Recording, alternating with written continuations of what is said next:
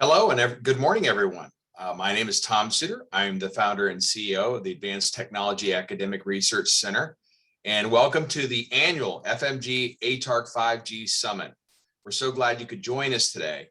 As a reminder, we will try to take a few questions from the audience as time allows. If we don't get to your question during the event, we will follow up with you afterwards.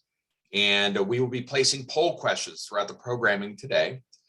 Please remember them to answer them so you're eligible for CP credits, because that's very important to the CPA credit people. And before we kick off, we're coming in hot today. We're going to have a quick poll question, and I think it's going to help us guide kind of the discussions today. But if we can, Alyssa, if you could put the poll question up.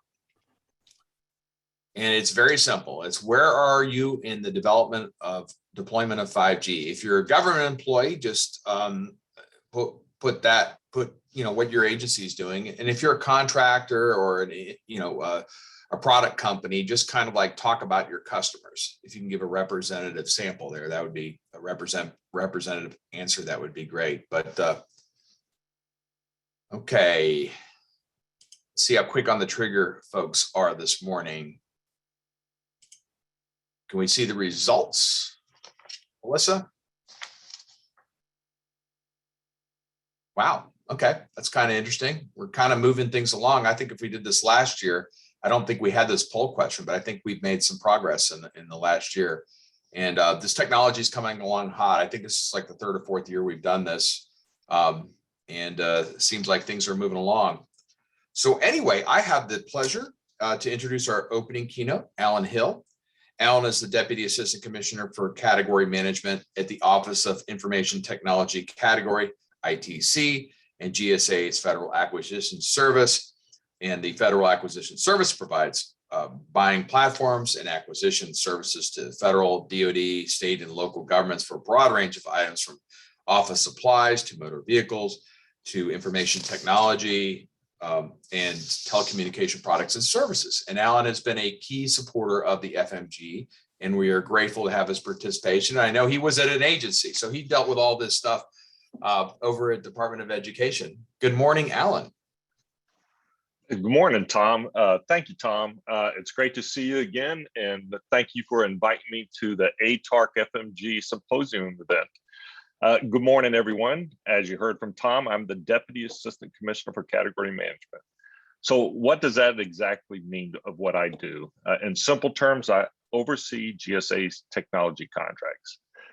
A number of those contracts enable agencies to not only procure 5G, but emerging technologies being enabled by 5G. ATARC FMG has lined up a great set of experts today, and I want to thank you all for joining us today. This is the fourth time this event has been held, and on behalf of ATARC and FMG, we are grateful to our government and industry counterparts for participating, and you, the audience, for attending. This symposium is put together by the Federal Mobility Group and ATARC. GSA has been a supporter and co-host of the Federal Mobility Group since its inception in 2019. The group brings together government mobility professionals, over 350 of them from more than 45 agencies, to look at the opportunities and challenges in the mobile space, with a focus on mobility security, acquisition, 5G, mission enablement, and more. They certainly have a lot of things to keep them busy. As you've seen throughout the pandemic, it is important to have a well-equipped workforce, which includes having a workspace equipped and with mobile technologies. Telework enables the normal operation of government in times of uncertainty and has shown to be more important than ever. Mobile technology is rapidly evolving and in demand. Through events like this one today, we are collaborating, sharing best practices, and learning from each other. Working together across government and industry will be crucial as we try to use 5G and the technologies that emerge because of it to positively impact how IT services are delivered. Government is looking for 5G to speed the delivery of services and be the genesis of new technology to agencies' missions. New features and capabilities enable 5G are revolutionizing business operations, allowing for more things like smart warehouses to improve operation of autonomous vehicles for inventory management and machine learning for inventory tracking. 5G is also delivering new services to our customers that are not achievable with the old technologies.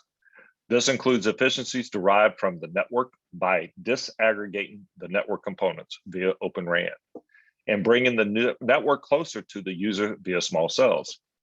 Low latency communication, massive data rates, IoT applications, and increased security are other big benefits as well. We now have the ability to use spectrum in much more efficient ways and get customized services via network slicing and private 5G networks to meet our federal needs. With these advancement capabilities being added to the federal IT landscape, we now have the responsibility to ensure our federal data, applications, and services are adequately protected. And when we transition from 5G to XG, we have to ensure integration with existing infrastructure like Wi-Fi 6 and 6E. In the federal government especially, we need to balance the harnessing of the power of what is to come via next generation networks with the imperativeness of making sure all the communications are secure. While 5G has made great progress in security from network perspective and presents new opportunities for better services, there are risks that we have to account for. Its implementation requires increased IT security and resilience in the design phase, and also reduce national security risk from untrustworthy 5G networks.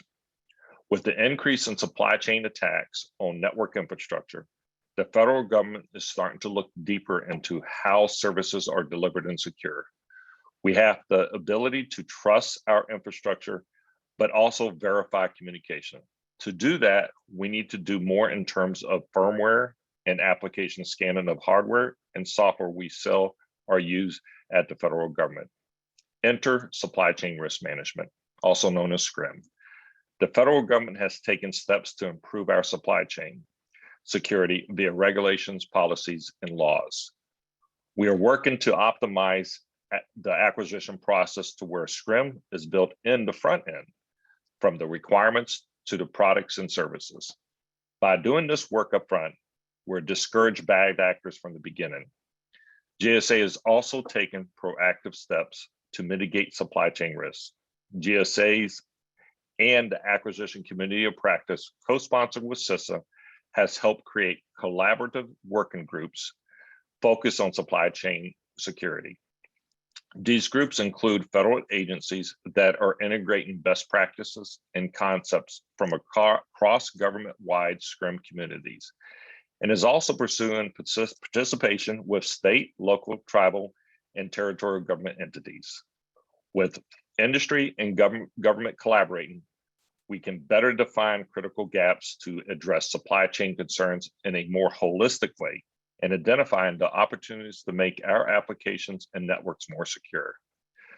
Government, there is a need for it to consider IT contract languages and hold vendors accountable for assessing the risk of their supplier channels and embedded software. That the federal acquisition workforce needs better supply chain risk data to make informed decisions throughout the acquisition lifecycle. Tactically, the ACOP is focused on elements like this concerning acquisition integrity and strategic partnership. They're providing agencies with tools and best practices to implement within the federal government and aim to broaden the level of supply chain risk awareness. I encourage you all to not just check them out, but become an active participant in these groups to share your knowledge and challenges. You can request to join via email at c-scrim_acop@gsa.gov and begin engaging in our monthly sessions. We're also launching a C-SCRIM ACOP Interact site on June 30th. This site is a space for federal government IT community and industry to collaborate and share best practices, ideas, guidance, tools, and expertise needed to implement C-SCRIM requirements government-wide. Finally, I want to take a moment to talk to you about a resource called the Acquisition Guidance for Procuring 5G. GSA has put this together with agencies partners of DHS CISA, the DoD, FMG, and NASA. It provides guidance for information guidance on procuring secure 5G technology for government use cases. Given the broadened scope and rapid advancement of this technology, we're not just trying to provide comprehensive requirements for 5G solutions with this paper. Rather, the objective is to provide best practices, a common foundation, and a reference for a wider audience, including program managers, solution designers, and contracting officers. We hope you find this tool and strategies contained within it useful, particularly for those concerned in solicitation development, SCRM, and relative FAR considerations. Please be on the lookout soon for it through GSA communication channels. As I mentioned, the FMG worked together to put this event today. I like to thank the FMG co-chairs, Gemma Howell from NIST, Vincent Saritapan from DHS CISA, and Kristen Williams from GSA for their leadership and for keeping the group relevant and growing. I also like to thank our friends at ATARC, Tom Suderman and Marika Robinson, for partnering with us for this annual event. Thank you again for being with us today. And with that, I'm going to turn it over to Vincent for our first panel session. Have a great day. Great, thank you, Mr. Hill. Welcome, everybody. My name is Vincent Sertapan. I work with DHS CISA. If you're for folks on the panel, you want to go ahead and turn on your cameras, great. Notably, I have the distinct honor to introduce a great panel, 4 panelists today. The topic is realizing the value of 5G for government. Key folks you'll see from the panelists here represent everything from Department of Defense, the federal civilian space, and the IC community. So I'll go ahead and start, with introductions real quick. We have first off is Dr. Daniel Massey. He is the program lead for Operate Through as a part of the 5G to XG program in the Department of Defense, Office of Undersecretary for Defense and Research and Engineering. I also have Miss Mara Nguyen. She's the Associate Director for Planning and Coordination at the National Risk Management Center within CISA, Cybersecurity and Infrastructure Security Agency. Mr. Kevin Guthrie, Section Lead for Solutions Development Division, Office of Enterprise Technology Solutions within the Office of Information Technology category at General Services Administration, GSA. And then lastly, but not least, Miss Katie Noyes. She's the Senior Strategic Advisor for Technology Policy at the Federal Bureau of Investigation. So welcome everybody, all the panelists. Thank you so much for joining us today. So let's go ahead and get started and kick it off, right? So first question for the panel, we'll go ahead and say, let's talk about what you're doing in that space today for 5G and how you're helping to advance adoption in 5G for government. So let's go ahead with Dr. Massey, if you want to go first. Thank you, Vincent. So it's great to be here.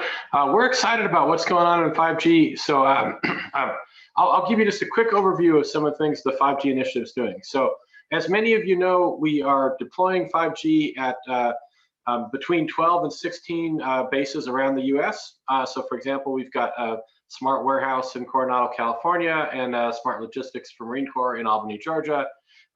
Telemedicine at Joint Base San Antonio, spectrum sharing at Hill Air Force Base, and I could go on and on. Right, so we have a lot of actual use of 5G at DoD bases.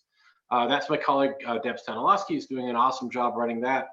I'm part of Operate Through, and so my task is to allow DoD to operate through 5G networks anywhere in the world. And so we talk about anywhere in the world, California, Texas, Georgia is not typically what we mean by anywhere in the world. So for example, with my program, we have projects going on with AFRICOM, INDOPACOM, about to launch one with UCOM, CENTCOM, and stuff like that. And I'll close with just a couple opportunities that may be of interest to this group. We just concluded two OTA opportunities, one on resilient communications using multiple paths, another one on 5G MANET networks.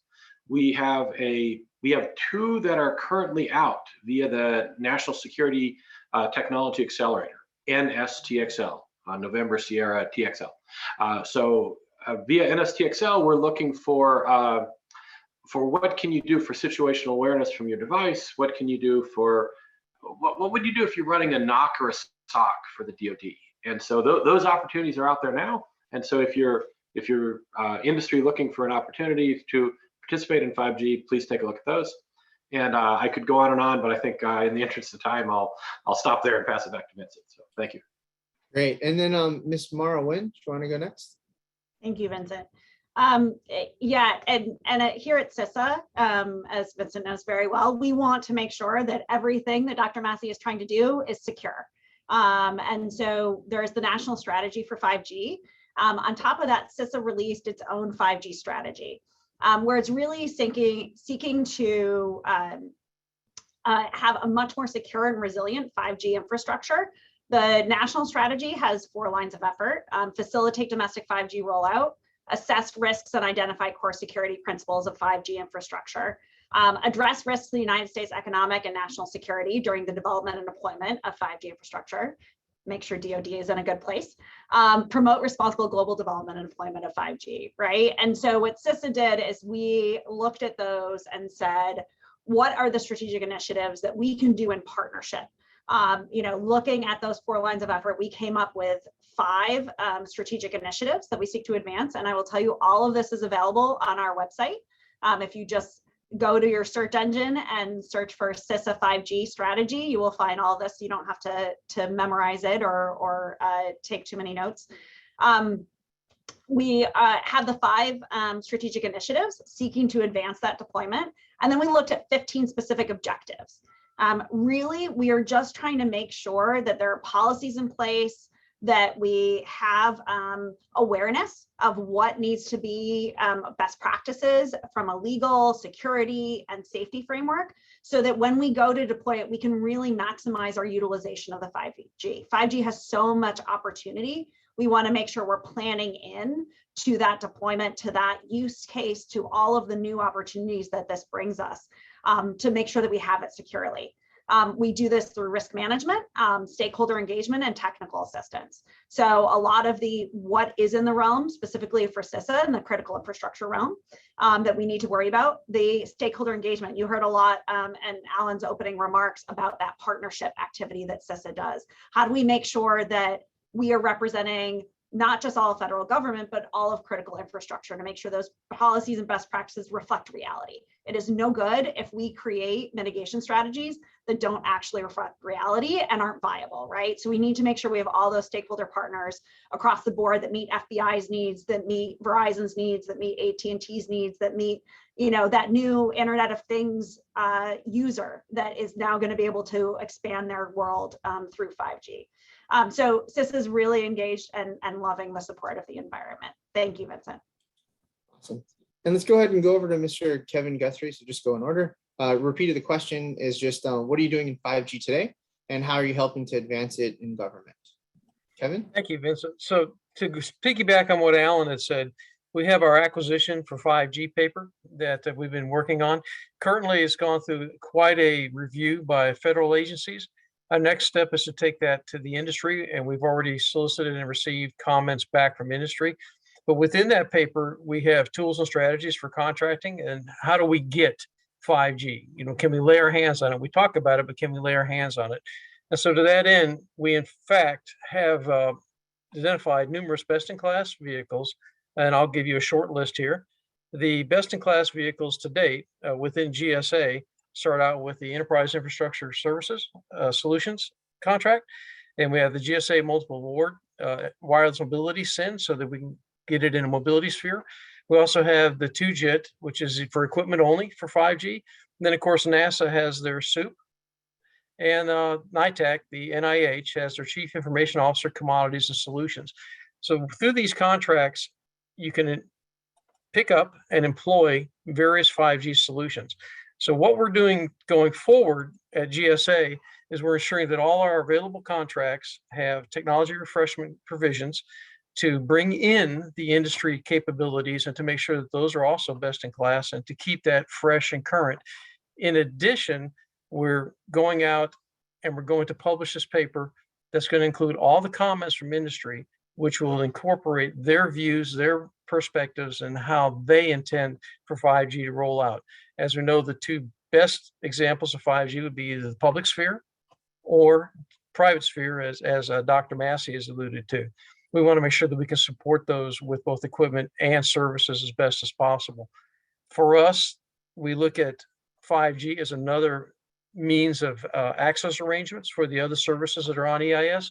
And we also look at it as a cable replacement where needed or where possible. And that's where we're at in this sphere. And of course, we engage with CISA and all the other federal agencies that want to come to the table to ensure that we stay current and abreast of that. And back to you, Vincent. Thank you. Awesome, thanks. So over to Miss Kathleen Noyes. Katie. Hey, thanks. I know I was in the unenviable position. I thought I was just going to have to say ditto to everything. And let me just start by saying ditto to everything. But, you know, just listening to everyone else, I think there's one thing that we don't talk about a lot in this space. And it's something we in the FBI are absolutely challenged with. We work with our government partners, but in particular, our private sector partners. And I really want to call attention to this, which is how are we all preparing our environment, right? And so maybe I'll give two examples from the FBI perspective. One is on our security mission, much like Mara said. And I like, by the way, Mara, that you called out supporting and protecting the FBI. That's pretty cool. So we're here to protect all of you also, but let's talk about kind of a couple of key 5G areas, right? Because one of the challenges that we're up against is intellectual property protection. And again, these are things I don't know that we all focus on. So I wanted to just raise a little attention there.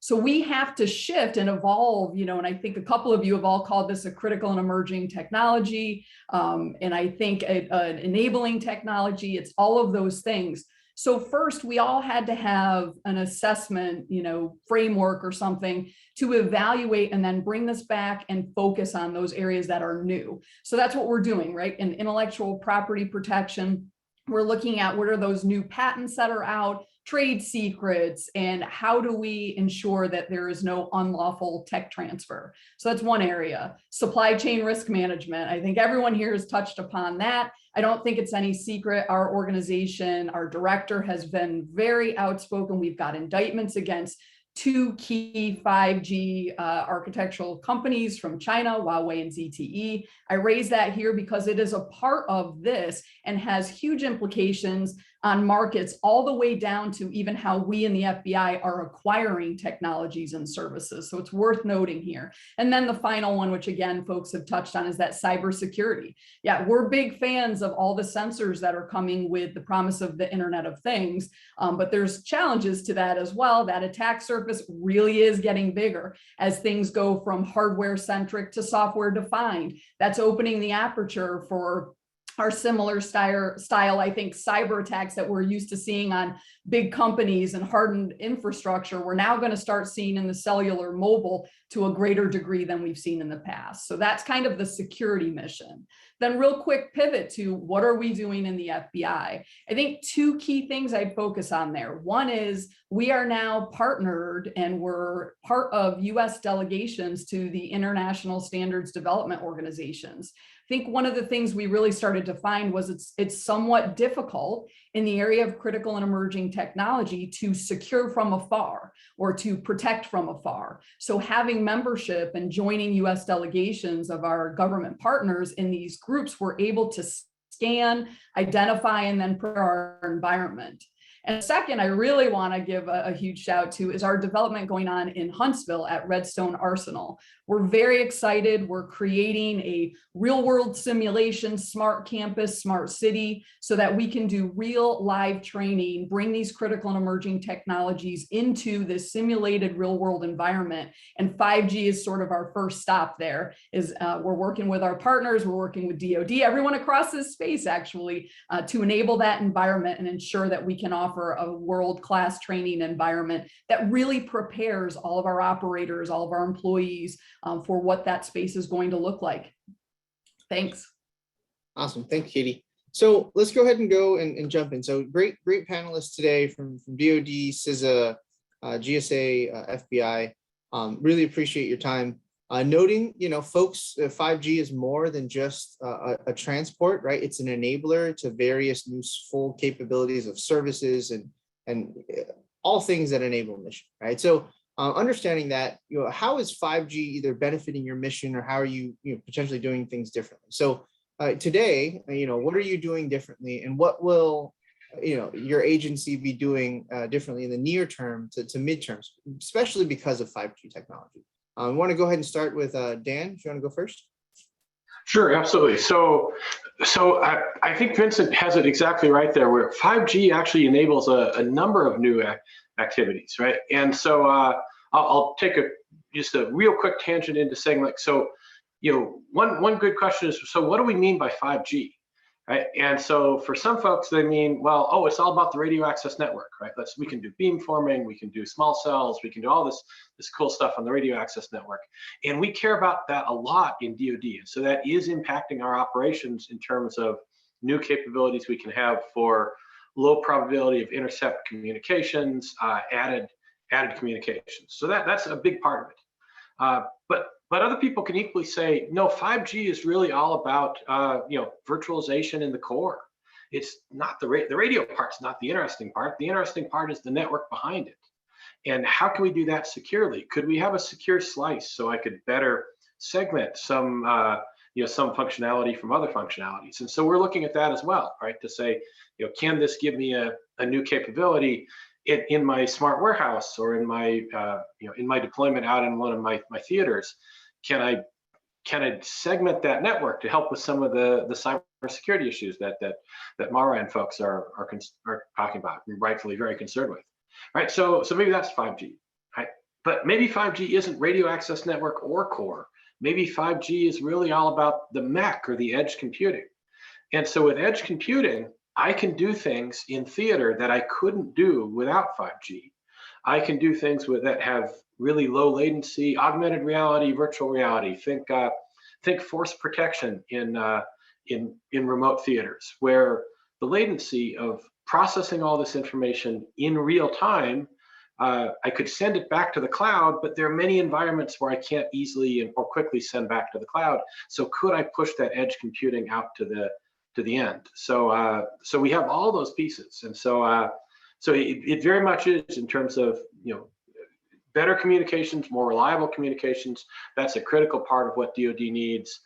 More security, more layers of security, more ability to do zero trust on that infrastructure. More ability to push edge computing, whether that's for threat detection or other kinds of augmented reality, virtual reality at the battlefield edge.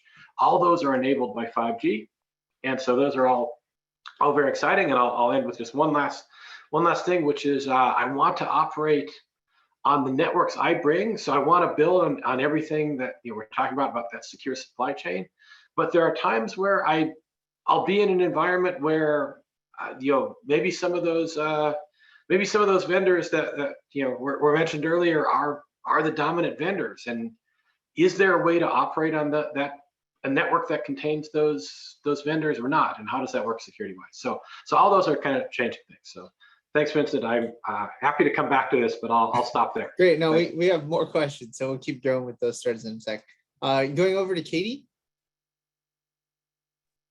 Yeah, so Dan, thanks so much, by the way, for laying out what 5G means, because I was also going to address, first you have to define what does it mean for you and your environment. And again, kind of, I guess, let me go very, let's call it stratactical. We'll dig right in here. I think there are a couple of areas that are of great importance to the FBI, and it's something, again, I think folks don't think about. So, when Dan and others talk about this global, being in areas that are somewhat denied or lacking connectivity, we have that right here in the US. And again, I don't know that everyone really is wise to that, but we have 56 field offices, and the benefit to having those, and the reason we're distributed this way, is because we need to be in those communities. So I think a lot of the promise of 5G in actually bridging the digital divide and offering additional capabilities in that distributed way to close down, ensure we have seamless connectivity across the US and for us in each of those 56 field office territories is of great interest to us, and we're very supportive of those efforts. We're also, by the way, Something that folks probably wouldn't consider is we also need a rugged edge ourselves. So that idea of edge computing, pushing out those capabilities, especially in the area of being able to handle data. If anything, for us, the way we look at 5G, it's data, data, and more data, and it's faster. It's here in real time. So it's huge scale of data. How are we going to process that, filter it, analyze it, and make use of it? So that edge computing, that capability, and the way that we could be handling data in a real-time scenario is of great importance to us. Maybe one other piece on that, it's extending, right? So there's a divide right now, and all of us feel it. When you have all of your capabilities extended, you have folks out in the field. For us, that divide between the capability they have on their device in their hand and what we have back at our headquarters or back in their headquarters city is huge. So enabling that and actually minimizing that divide and really enabling more tools and accesses and analytic capabilities to folks at the handheld while they're in the field, huge importance to us. So we're looking forward to that. And maybe one other area, and you mentioned it too, Dan, which is extended reality. So the ideas of, AR, VR, and mixed reality being in the hands or enabling from a training scenario, but also we could see that application potentially as we're processing a crime scene. Being able to, again, shorten the time, the distance, and the analytics, the forensic capabilities between what we're seeing at a crime scene and an operations center with all of our capabilities brought to bear in real time. So again, just wanted to give a couple of examples on how what we're looking forward to as we continue to move and develop in this area. Thanks. Awesome. So really appreciate it, and great to hear about what folks are working on and sort of that impact. So, but beyond just, sort of the greatness of 5G and all the various use cases we could talk about, I'm really interested to get your thoughts all for, what are the challenges you see with adoption of 5G in government? Are there any, right? Are there barriers to entry, and how are you or we working to overcome them? So go ahead and start off with Mara. Great, and I loved hearing the use case stories from FBI and DoD, because CISA, and I'm guessing Kevin feels similarly. Like, our job is to set you up for success, right? Like, we want to make sure that when the government and the private industry go to utilize these tools, you're really set up for success. And right now we worry about a lot of things, right? Like, we worry about the susceptibility of the supply chain to malicious and inadvertent introduction of vulnerabilities. The big mouthful is, when you're moving fast and you're entrepreneurial, which is awesome, you got to make sure that those proper business practices from the supply chain perspective are being integrated from the design perspective, that you're building in security from the ground up, because it's a heck of a lot cheaper to do it that way all the way through, and that all of the entities that are looking to employ 5G know the questions to ask, right? And this is actually something that Alan brought up in the opening remarks. It was a beautiful lead-in of so many ties for us.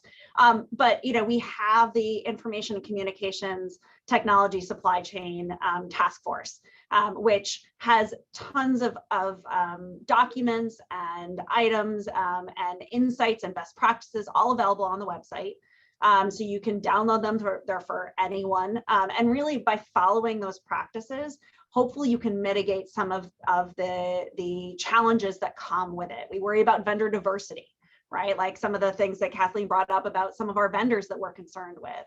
How do we make sure that there are safe and secure vendors, and you have diverse vendors, because it's about the security, but it's also about the resilience too, right? There's things that you will not know. And so when you go to purchase all of those devices that are going to make up your 5G utilization and your networks, I was having a conversation with a communications provider just a few weeks ago with that challenge of, hey, I would love a more diverse and resilient infrastructure, but I don't have vendors, right? So from the policy perspective, what do we need to be thinking about as we talk about risk to elevate that in the federal government, so that federal government policies can then support it? Because I think those are key attributes, and we do so always in collaboration, right? Like, I always laugh, CISA's got a lot of carrots and no sticks. So I look at making carrot bread, I look at making carrot muffins, I look at making carrot cake, right? Like, what do we need to do to make the value proposition work well? So we have to be smarter, We have to really listen to all of the stakeholders, the private sector stakeholders, the government stakeholders, so that when we propose mitigation solutions, they really do work and they can be implemented. So you can even see there's a 4-part series, security guidance for 5G cloud infrastructure, that was done in partnership with NSA and the Office of the Director of National Intelligence too. So you see that diversity of partnership because we all care so much about doing this right, because we know that value that this 5G provides. Awesome. Thanks for that. Going over to Kevin. So what do you see the challenges as far as adoption of 5G? Any barriers to entry there, what you're doing to work on that? So one of the largest challenges for us is under mobility in the public sphere. So our efforts go directly towards the vendors that provide these services and everything we can do to get their products and services under contract and available. That's the key, right? We want to have those available. We also do risk analysis, and we talk to individuals, say, well, let's talk about, okay, so you're employing modern technology, emerging technologies. What's your fallback? If that collapses, what's your fallback? And currently 5G could be an excellent fallback to a number of services that are out there. It also provides access to cloud. So for us, it's more about making sure that we get the most current, robust technologies available that we can on the contract vehicles to make sure that those go into incorporation. We also assist the agencies with understanding that when you come to the table, make sure your requirements are fleshed out. If you don't, then seek assistance. Make sure that the technical representatives and the contracting staff are all participants for expediency to get the stuff on the ground and get it move along. So with that, thank you, Vincent. Awesome. Going over to Katie. Hey, yeah, I think I'd be remiss if I didn't point out that I think we saw a challenge right off the bat with 5G from a national security perspective in particular, which is the market entrance at the time a few years ago when we were starting to really look at this and look at deployments. You had a very few companies, like Mara was saying, and others, that supply chain diversity, but you had a few companies involved, really 4 or 5 in that network architecture. You had Huawei, ZTE, Ericsson, Nokia, Samsung, and Qualcomm a little bit with certain components of the architecture. And again, 2 of those, we've got indictments. They've been, they're entity listed by our FCC colleagues. So you had challenges with that market diversity and availability right off the bat. So I think as we now look at new offerings like Open Radio Access Network, again, that's only the RAN, it's only one portion of the network. But as we start to evaluate that, the challenge for us, and we take this very seriously on the national security side, is finding that balance between the operational enabling capability and that security approach, right? We know we have to move fast and faster, given where we started with the 5G market demographic and the hashtag untrusted vendors. I think this is going to be a key challenge for us. It's a little bit of catch up. And again, I say this out loud because we hear you, our private sector partners and our other government agencies, and really our partners around the world. We need to speed up, we need to be fast here, and we need to make sure that we're doing it securely, which is, it's a big challenge for all of us. So I guess that's probably the thing we are most focused on is making sure that we can kind of recapture, catch up, and it really enable the future design here. Awesome. And then over to Dan. Yeah, so I definitely agree with everything that's been said. That the vendor diversity that Mara and Katie have really emphasized is critical. Security pieces, catching up. So just 2 additional thoughts to add on that.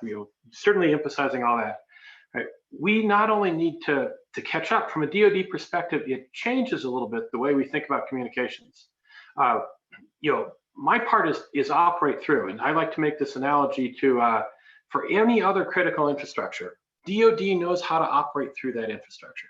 If we go into an area, we don't start by building our own road system, our old rail system, our own bridges, right? We have a corps of engineers that can span a river anywhere in the world, but we don't start an operation by saying, first, I need to build new bridges in this area. I leverage the existing bridges. I leverage host country power. I leverage host country resources. Increasingly, we need to do that in the comm space. So one of our challenges here, in addition to all the security pieces, is the literally billions of dollars in investments that are going into that 5G infrastructure, we have to leverage that rather than fight against it. We can't come in and always say, you know what, I'm just going to do my own thing, because you know, the industry is moving forward fast, as Katie points out, right? And we need to get on that. We need to get on that commercial curve rather than fighting the commercial curve. And you know, so speeding up, getting integrated in there with where industry is going, so we're complementing, not competing with, is critical. And of course, the key barrier all that is security. If we can't do it securely, it does us no good, right? So cybersecurity is probably the biggest overall challenge to the DoD for moving into a 5G space. So thanks. Awesome. Thanks, Dan. And so let's go ahead and, just because of the sorting of the orientation here, let's go ahead and go to the poll question. So I'll put, and then we'll go back to the panelists. But the poll question, if you want to pull that up, is, what are the biggest challenges to adopting 5G in government, right? Whether it's your, government agency, contractors supporting government, others, every industry, like, what is that biggest challenge for you? Is it acquisition? Is it identifying use cases, right? Understanding what we use it for? Is it regulations, being a barrier? Is it supply chain risk management on the cyber side here, or is it something else? We didn't think about it. So if you want to go ahead and put in your questions here, or your answers here, go ahead and hit submit, and we'll go ahead and see, give it a second or two, and go ahead and see what the polls are. Want to go ahead and pull that up? Okay. Well, so I do see here, and it's good to see from folks' perspective, right? How to buy it, or even understanding the use cases of it. I think very much so, people are seeing more and more, from the hype of what it is to what it is in production reality, right? Not only on our phones, but just various use cases for multi-access edge compute. So let's go ahead, and especially this acquisition piece. I'll go to the next question I have for the panelists here, going over to Kevin. What can we do from an acquisition perspective to make procuring 5G easier? Do you have any advice or thoughts around that? So as I mentioned earlier, requirements development is key to any acquisition. So early and often with the CEOs and the technical representatives, ensure that those people, either as a project team or as a cohesive unit, they need to move forward through it so there's no loss of information. The technical piece is really important when it comes to evaluation. So often poor evaluations lead to poor implementations. And the CEOs, you can't blame them. That's not their role. Their role is to get it done for the users. The other piece that was brought up is dealing with the industry. Market research is key. If you've got a use case, then you can't, when you do your market research, if you don't identify any means to get that done, it's not going to be very fruitful. So kind of weigh those requirements versus what's available and how do we get there. One of the larger concerns we have isn't the technology itself, but the density of antennas within either low population or low areas of use. And that's going to be a problem for the adoption of 5G throughout the country. So can we transport that? Can we do other things with that? But from our purposes, it all starts with requirements, making sure those are clean, and make sure you can go with that. And that may involve a risk analysis. Any number of items go into that. And there's provisions to assist agencies with that aspect of it. With that, I'll just turn it back to you, Vincent, and kind of save some. Awesome. So just going off, if we want to go to the next question here, I guess if we think about use cases and really from everybody's perspective, and all the work that you're all doing, right? And great work going on. What are the challenges that you think agencies can expect, right? Not just from yourselves, but as agencies roll out, whether it's DoD, if it's the federal civilian space, the IC community, it's others. Think about as they roll out various applications and move solutions to the 5G ecosystem, right? What could they expect? Do you have any recommendations how to potentially best overcome them, whether that's reviewing guidance from us or other places in that nature? So let's go ahead and going over to Mara first, and then we'll keep going. Sure. I kind of think of it in three different lines. You have the infrastructure, because you have to integrate legacy systems, right? It's not like we're starting with a clean slate. So, and where are the vulnerabilities that come up when you do that integration, aesthetic considerations, even like, you know, if you're putting up the towers, like you have to consider some of that, and shared use environments. Because yes, DoD might be a primary user, but because of the nature and the location, as Dan was saying, especially in international, there might be a shared use environment. Operations and maintenance costs. So when you're transitioning, you know, you've got small cells and fiber cabling to support small cell connectivity. Like, what are those operational costs? How do you plan for that going forward? What is new and different, especially if you're using higher volume? That might change your financial calculations, that you need to make sure that you're on top of things. And they'll do the plug for the patching and the integration and making sure you're staying on top of those new vulnerabilities that are identified. Leading into the third one, which is cybersecurity challenges. You know, while 5G is going to transform what's going on, it's going to introduce a lot of new things. You know, I have a futures group on my team that tries to see around the corner, right? Like, when we have these new things, when this impacts critical infrastructure, what are those risks that we're not even talking about today that we really need to be planning for?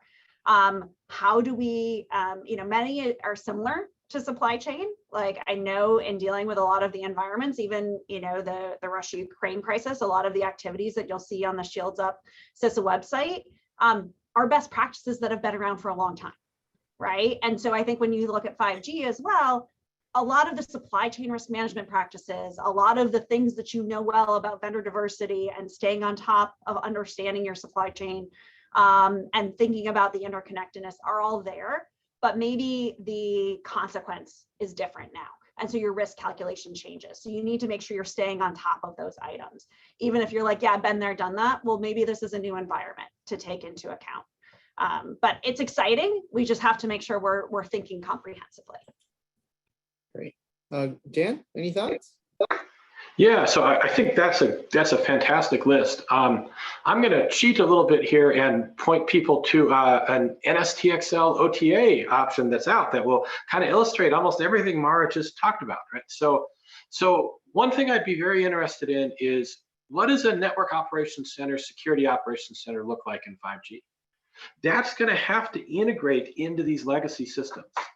In a best case, I'm building a complete 5G standalone, isolated, no spectrum worries, nothing like that. But that's unlikely to be the reality, right? The reality is I'm probably doing, 5G non-standalone and possibly with some standalone. I'm integrating with 4G LTE. I'm operating in an area where I've got to deal with the spectrum issues, the other issues. So how do I integrate into that legacy system? I'm almost never building from scratch. And even in the most remote part of the world, there's other stuff happening in the spectrum I have to pay attention to. So integrating that legacy would be really important. I'd love to understand that from a network operations center standpoint.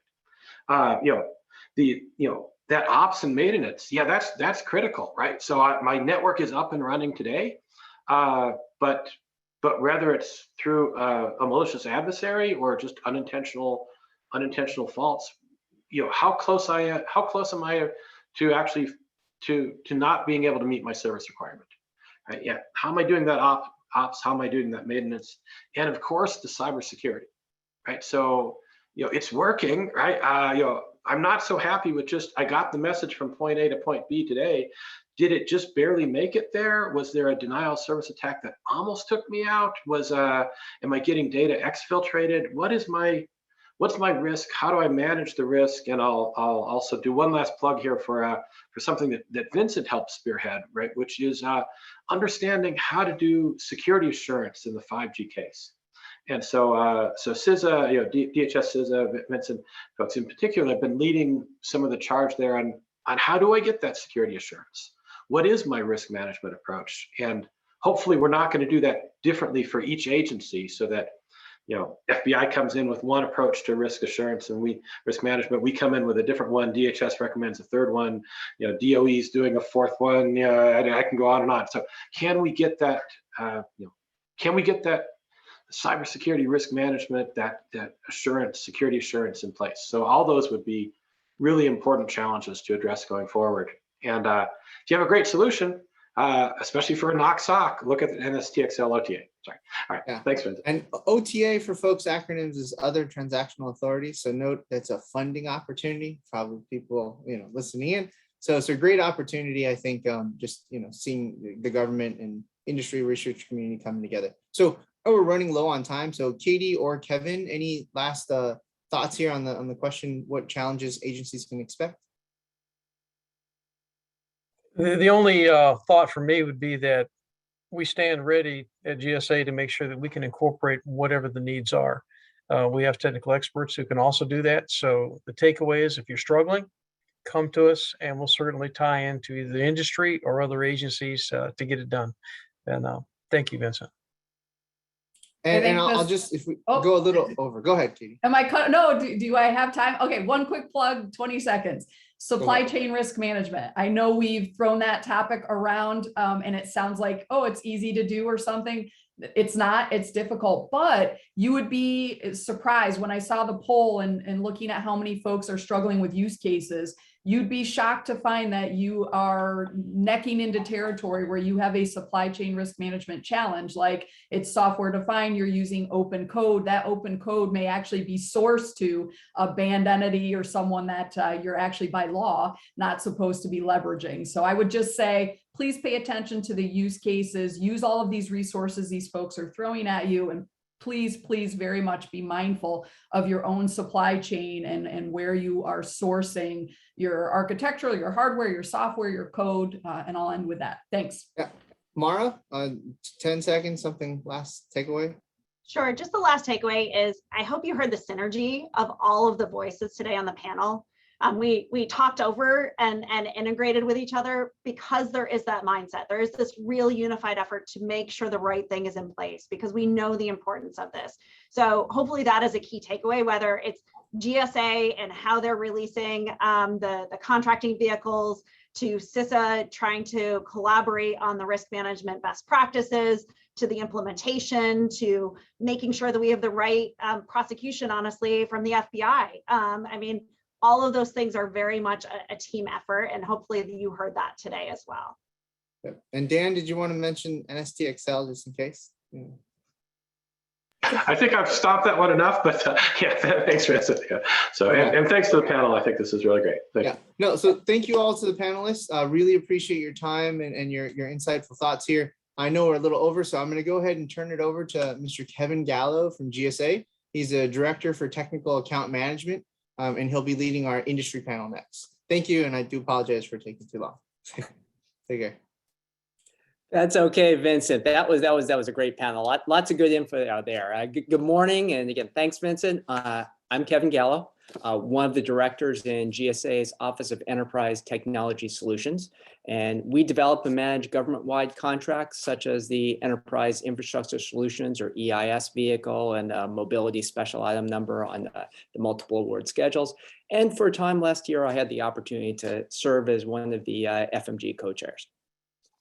So we just heard from some of the leaders in government. Now let's turn to the industry perspective and leading 5G providers. We've been talking about 5G for a while. I mean, you can see that a number of government agencies are putting significant effort into it. There's considerable activity around the national strategy to secure 5G. But the technology is still early in its life cycle, of course. There's a delay between when the 5G standard, such as the 3GPP releases, and then when there's commercial availability and deployment. The commercial marketplace, an ecosystem is still evolving.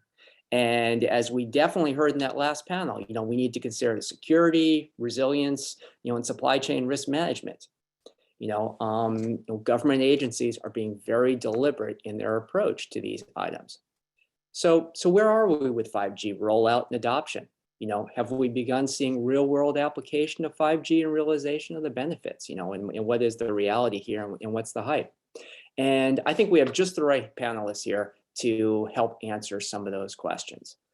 So on today's panel, we have Roger Wong from AT&T, Max Silber from Metel, Nick Nylen from Verizon, and Mark McDermott from T-Mobile. So next, what I'm going to do is ask each of the panelists to introduce themselves and talk a little bit, highlighting the work that they're doing in 5G. So first, I'll turn it over to you, Roger. Hi, good morning, everyone. I'm Roger Wong with AT&T Public Sector, and I've been in wireless industry for over 25 years and with AT&T for the past 10.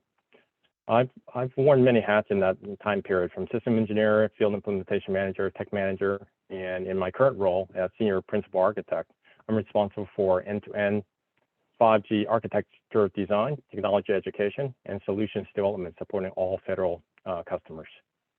So from what we're doing in 5G, so from a deployment perspective, we've announced AT&T 5G is available nationwide since summer of 2020. This is our low-band 5G service covering more than 255 million people in more than 18,000 cities and towns across the United States as of January of this year. We've introduced our mid-band 5G Plus service in parts of 8 metro areas earlier this year, and we're expanding rapidly with a goal of reaching 200 million customers by the end of 2023. We offer ultra-fast 5G Plus over millimeter wave in high traffic areas to provide extra speed and capacity, including parts of 44 cities and in 40 stadiums and venues thus far, with more to come. Places such as, I'm sure that a lot of people here have flown through Chicago O'Hare Airport. That's one of the locations where we cover. And in addition to that, City of Atlanta, for example, right here in DC, Capital One Arena, and of course, the AT&T Stadium in Dallas, Texas, just to name a few.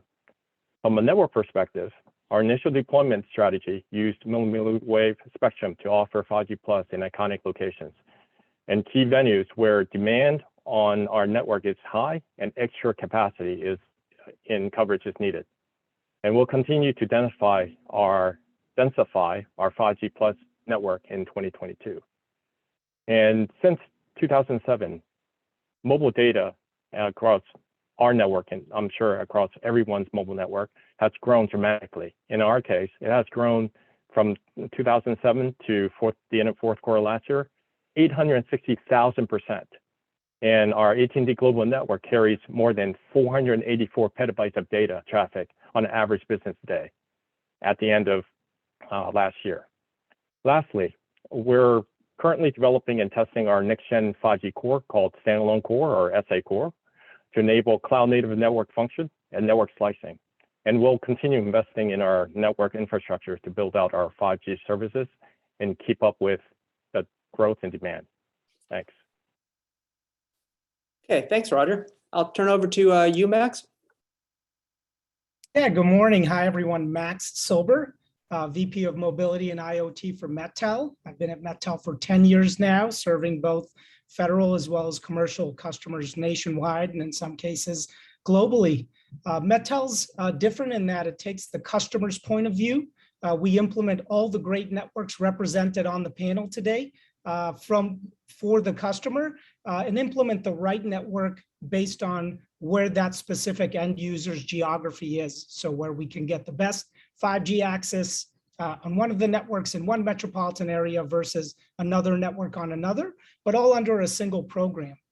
We also take the point of view of implementing a complete ecosystem of services, not just device and plan.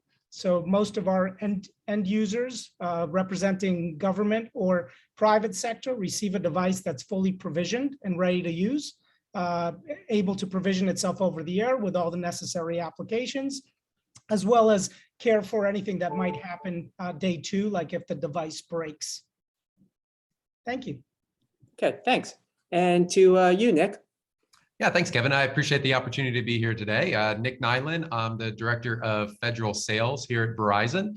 And I've been with Verizon for, it'll be 19 years this summer. It's been a while, but it's been a great ride. For the last 14, I've been supporting our public sector customers, government agencies, both in state and local and in federal. Things like I led our solution engineering team for our Department of Defense for a few years. That included IoT services, Internet of Things services, mobility services from Verizon.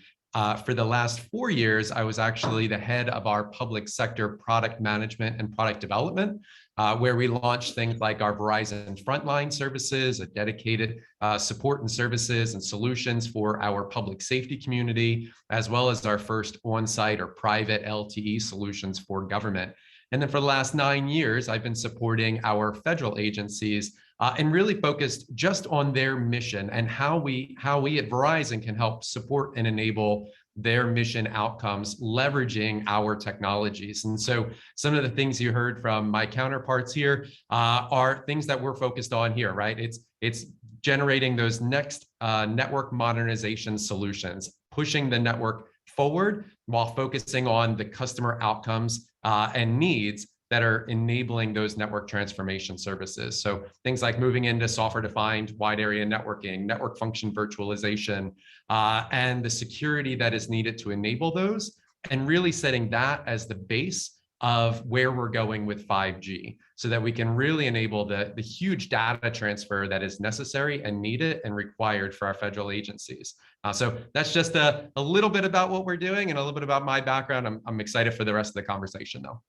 Thank you very much. All right, and last we have Mark. Is Mark Mcdermott from T-Mobile? Or technical difficulties, it looks like. Okay, we'll just move on to some of the questions here. So I'm going to start off with one question. And by the way, the audience, feel free to chat in questions there in the Q&A. I'll try to take some of those, intersperse some there too. But ask this question for you, Max.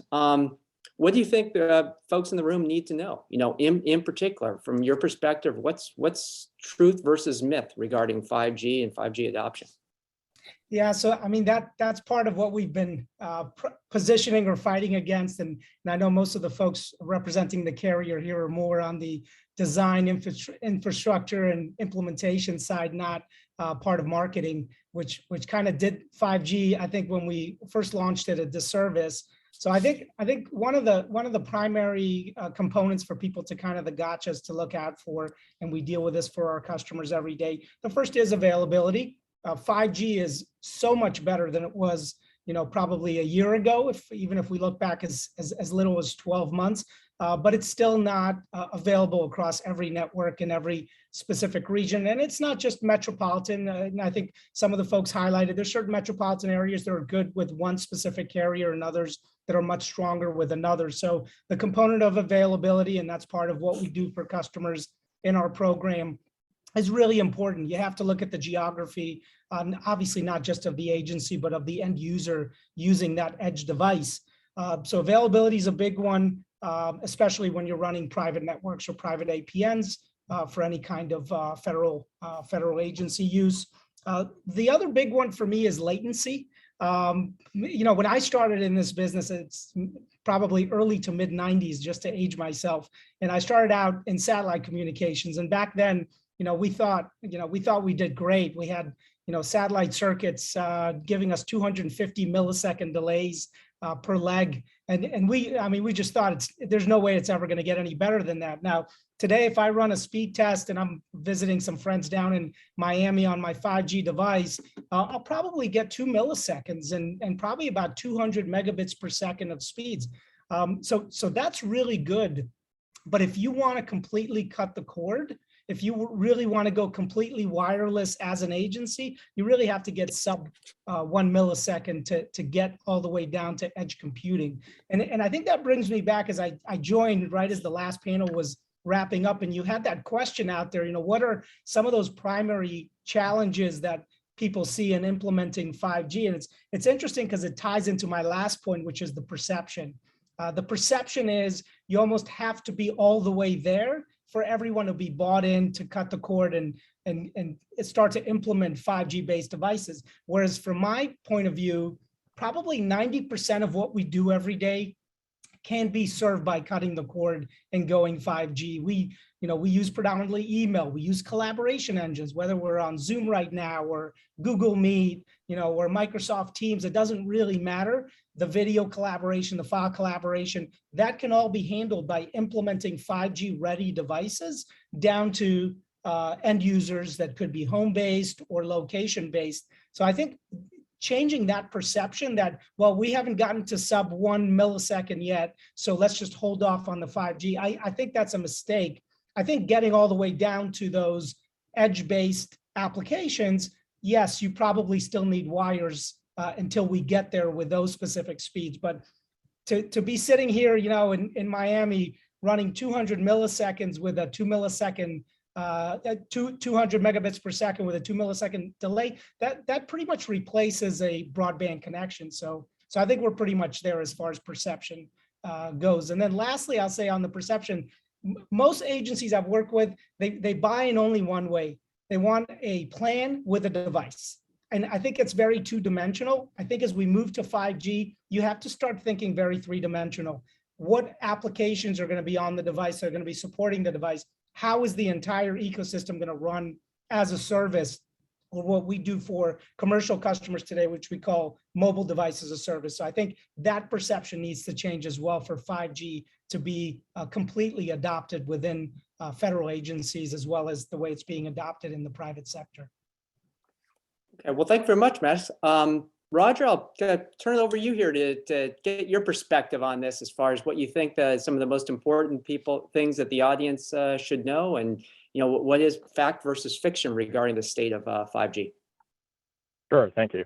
Yeah, I do a lot of customer engagement, and a lot of times I encounter what seems to be the focus is the misunderstanding that centers around the fact that 5G is customizable, which is unlike any previous technologies before, right? So speed, latency, and coverage depends what aspect of 5G is deployed in a particular area. So let's start with speed. So speed is related to the available RF bandwidth, right? In order to get the ultra high speeds, you also need enough bandwidth to support those speeds. The highest bandwidth are generally available at the millimeter wave frequencies. So you're going to get the highest ultra lightning fast speeds in the millimeter wave bands or high bands, right? And also note that although 3GPP has targets for speeds and latency, the industry is not yet near those targets. And second, about latency. A lot of people talk about 1 millisecond latency, right? That you hear all the hype in the press and in the industry. But people need to understand that that's only the over-the-air latency one way, but not end-to-end. And that over-the-air latency reduction is possible primarily in C-band and millimeter wave bands because of certain physical characteristics, right? And there are of course, there are ways to reduce end-to-end latency by offloading user traffic at the edge, such as using a CUPS, which stands for Control and User Plane Separation Architecture. So you get a lot of latency from that type of architecture. And finally, coverage. There are many facets of 5G, as I just mentioned: low band, mid band, and high band. Different propagation characteristics depends on what band you're in. For example, low band, great coverage, good in building penetration, but limited spectrum bandwidth. Features such as carrier aggregation can help, but won't get you to the full millimeter wave spectrum availability. Midband propagates and penetrates much better than millimeter wave, but not as good as low band. Now, high band or millimeter wave provides ultra high speeds, but doesn't propagate very far, nor does it penetrate walls or buildings very well. So those are kind of, from my experience, a lot of misunderstanding and confusion around 5G is mainly to the fact that 5G is customizable, which is a new paradigm shift, right, in a cellular ecosystem. Thank you. Okay, well, thanks. Yes, 5G, that is something to consider, the customizable aspect of it. It's a complex standard. there with 5G, you know, the different bands and 5G, it's not, you can't be viewed as just a little niche technology. It, you know, as we heard from Nick at the beginning, how it, you know, 5G, how it really kind of ties into a broader infrastructure here, both on the carrier side and also on the enterprise side there. And I mean, the number of use cases and missions and how it affects, you know, it can impact a mission is so broad, you know, just like what you know, Max is talking about. Imagine the power of being able to cut the cord here for everything you're doing. And I mean, I think you can, any single government agency, you can look at part of their mission and some of their operations about what an impact that has.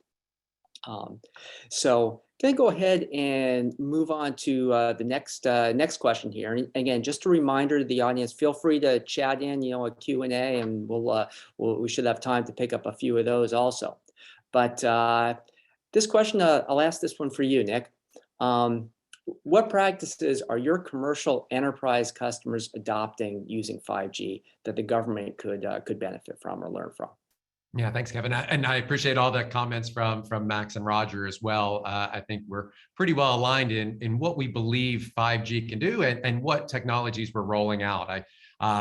From Roger's perspective on the low, medium, or mid, and the high bandwidth or the high spectrum, we're certainly seeing the same thing, right? So we're seeing enterprise customers think differently about what networks they choose to deploy, right? And that's going to be based on, you know, propagation. It's going to be based on latency needs. It's going to be based on bandwidth requirements.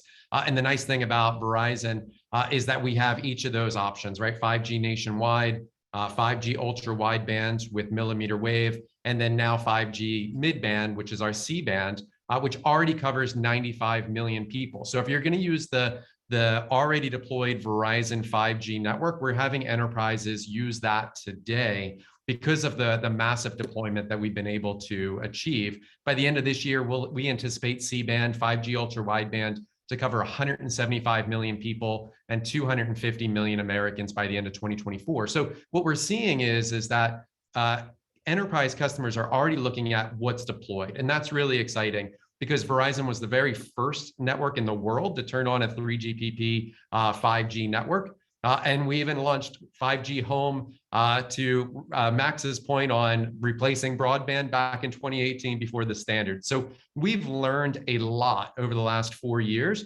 And what's really exciting is those enterprise customers are coming to us to ideate and innovate together in our labs or in theirs, indoor or outdoor.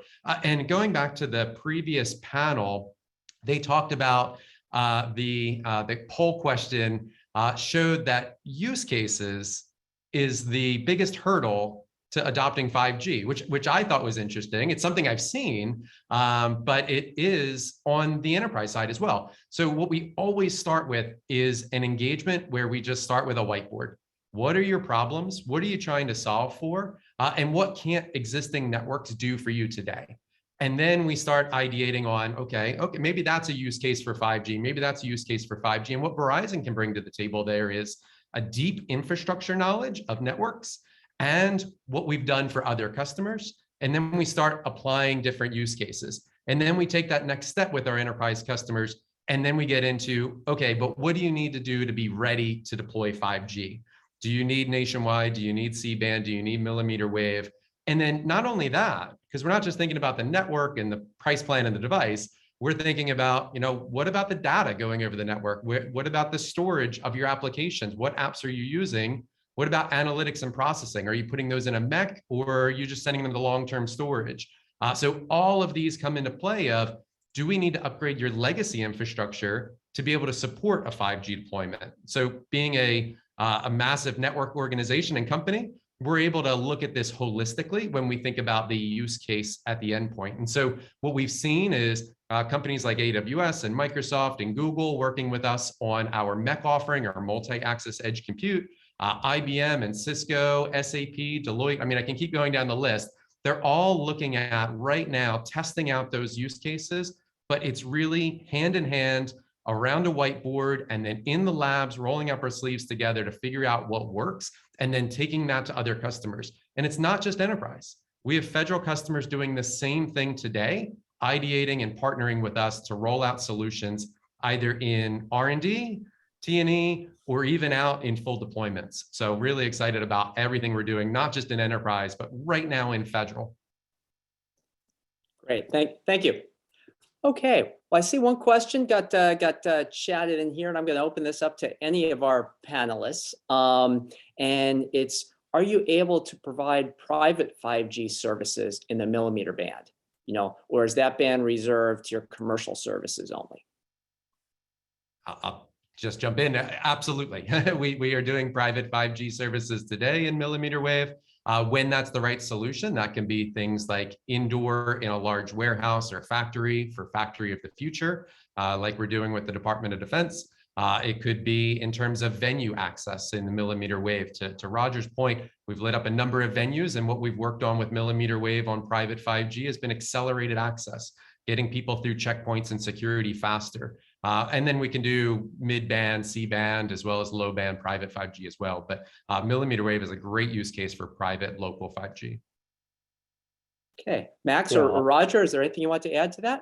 I was just going to mention, so, and I think both Roger and Nick touched on that. You know, the question I ask is why?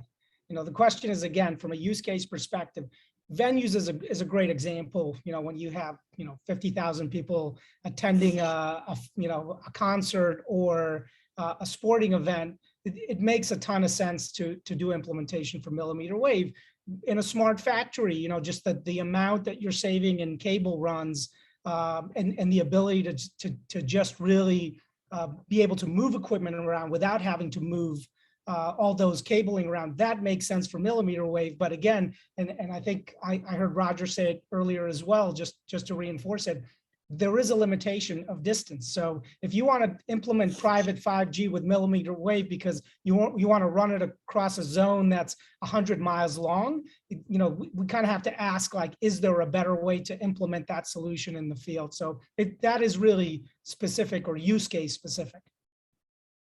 Right. I also echo what Nick and Max just said, and it really depends on the use case. And Nick hit the nail on the head earlier. It's always about the use case. So that's where the 5G customizability part of it comes in. So so that we can understand what the end customer's needs are, and we can design a solution around it that will satisfy their needs. So millimeter waves, yes, we offer that, and in a private cellular network configuration.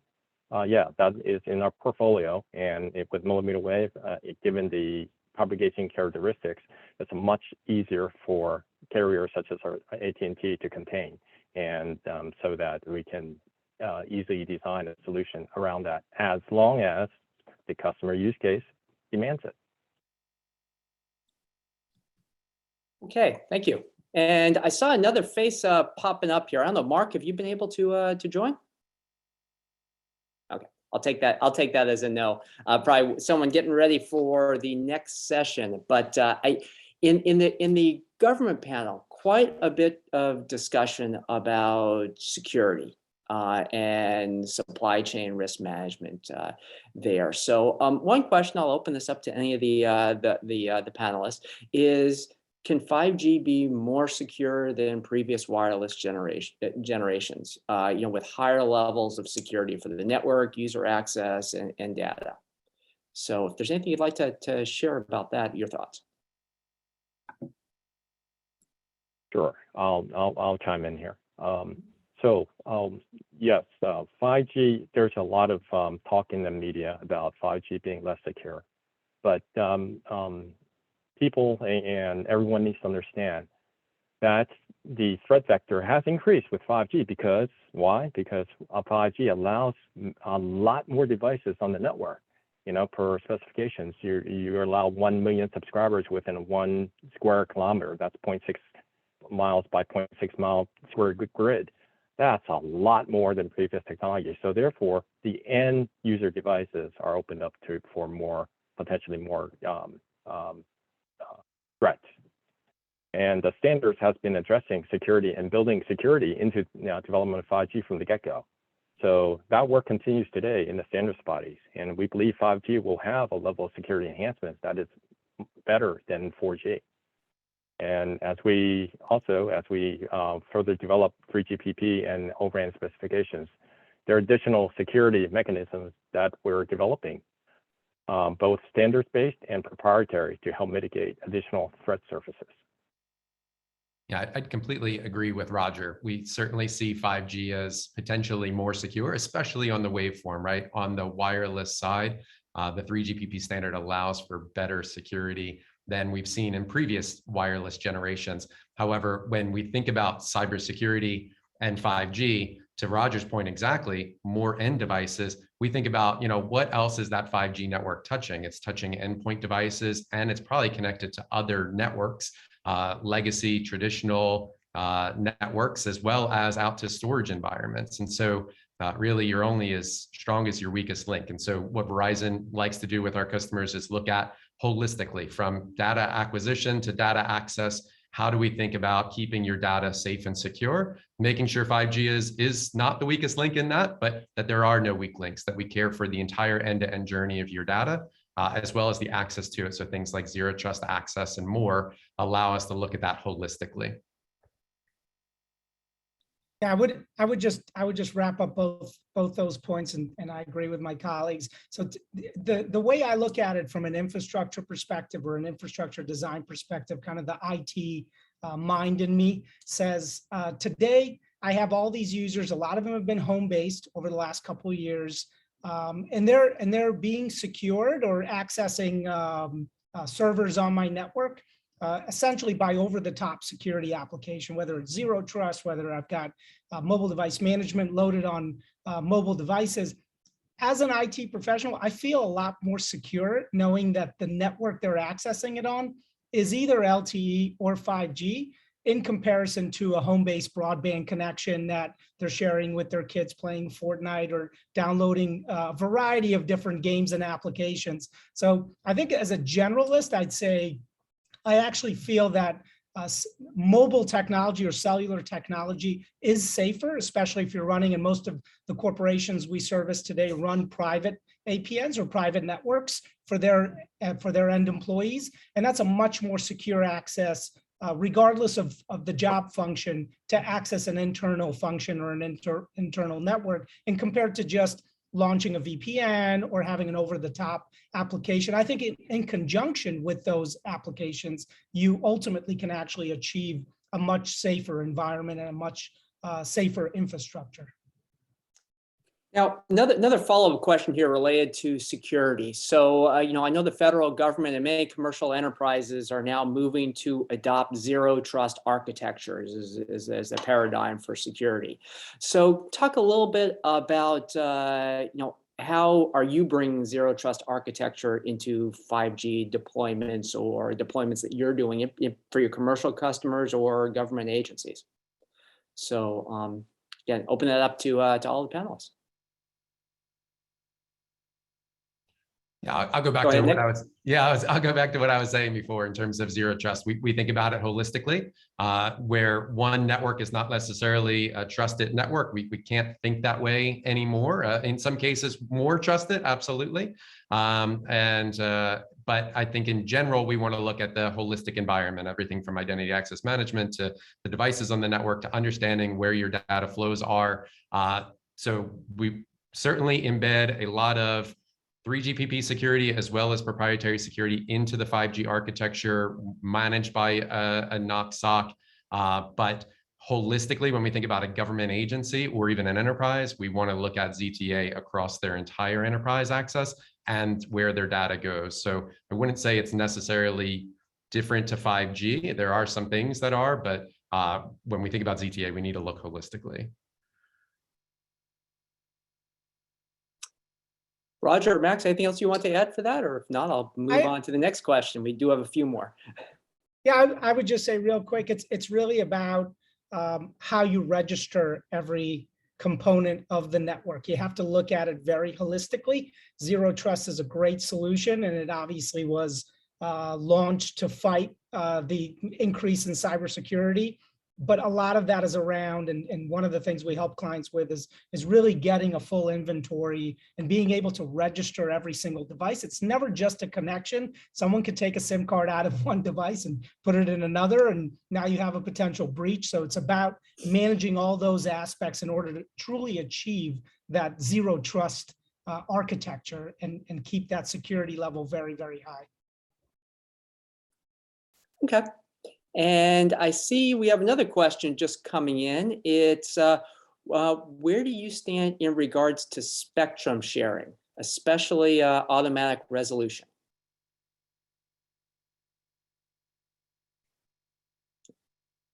I'd have to defer. I'm looking at some engineers on that one. Yeah, questions on there. Okay, well, I'll move on to one more here, and this is this might be our last question there, but just talk a little bit about what are you seeing as the most significant challenges in 5G today? You know, either challenges for industry or what you're seeing as challenges for your government customers. So. Yeah, Nick, looks like you're ready to answer that one. So yeah, I'll give each of you a chance though. Here, go ahead, Nick. Yeah, I would go back to what the previous panel said. I'll listen to my government customers, and that's use cases, right? It's ideating on the art of the possible, so to speak, right? We always kind of like to throw around that term, but it's true. It's what could you never do on a network with a wireless connection before that now, if you could, what would you do? And there's a lot of interesting use cases thrown out, like AR, VR, telemedicine, telesurgery, accelerated access to venues. But really, it comes down to what is your agency mission? What are your end users struggling with? And what can we do together? And so what we've been able to do at Tyndall, at the Air Force Reserve Command, at the VA hospital in Palo Alto, at Pacific Northwest National Laboratories with the DOE, is really just come to a table, sit around a table and talk about what are the problems, what are the mission challenges, sit around a whiteboard and really ideate on what can we do together. And then we can start throwing out ideas that we've seen in enterprise or other government agencies. But really it's an opportunity for the government customer just to think about what are their end user challenges and problems that we can solve together. So I'll go back to what the previous panel said and just say, it's use cases. It's what can we do in this new environment? Okay, Roger, how about from your perspective?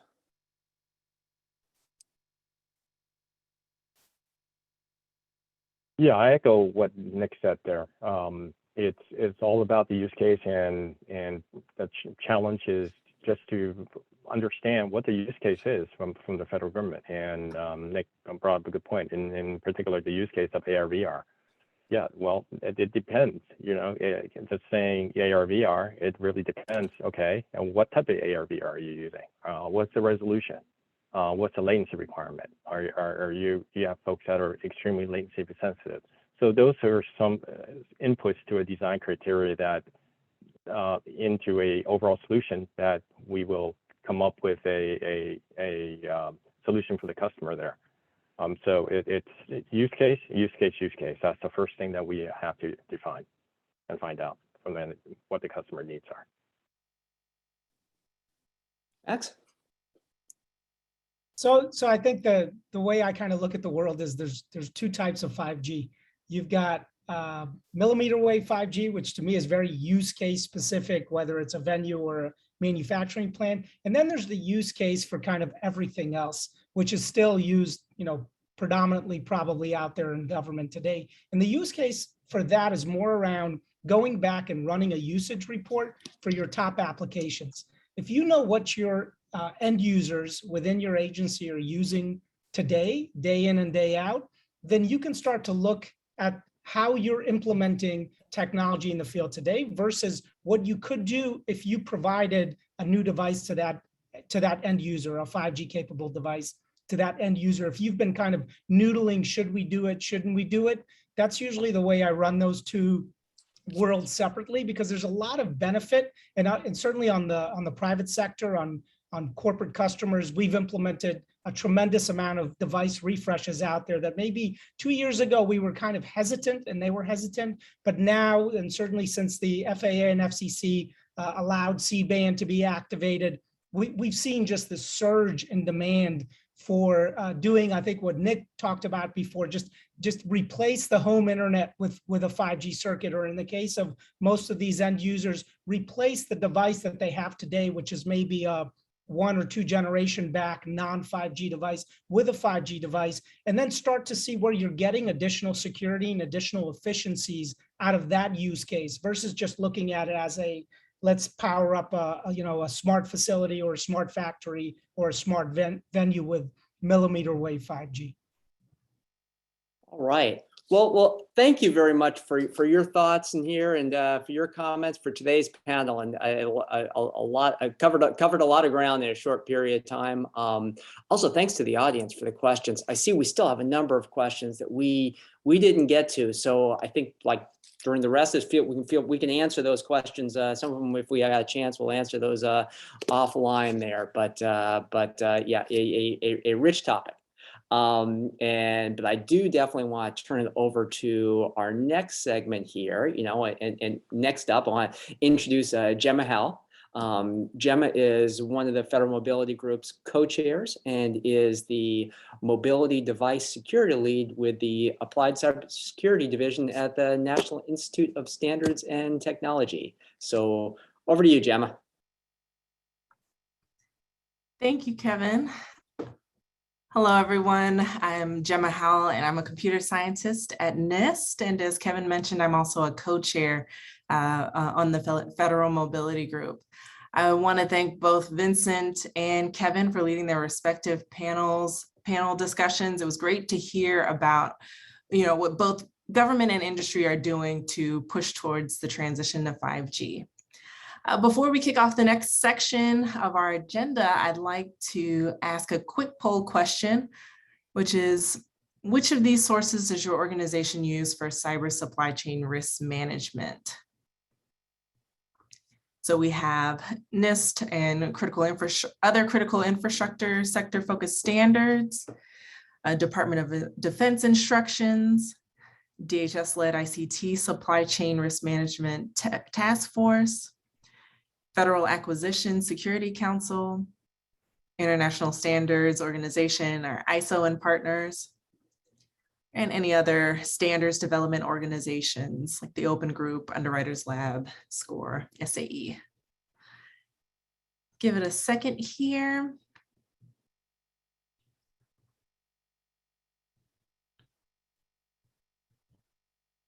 All right, and we can go ahead and see the results.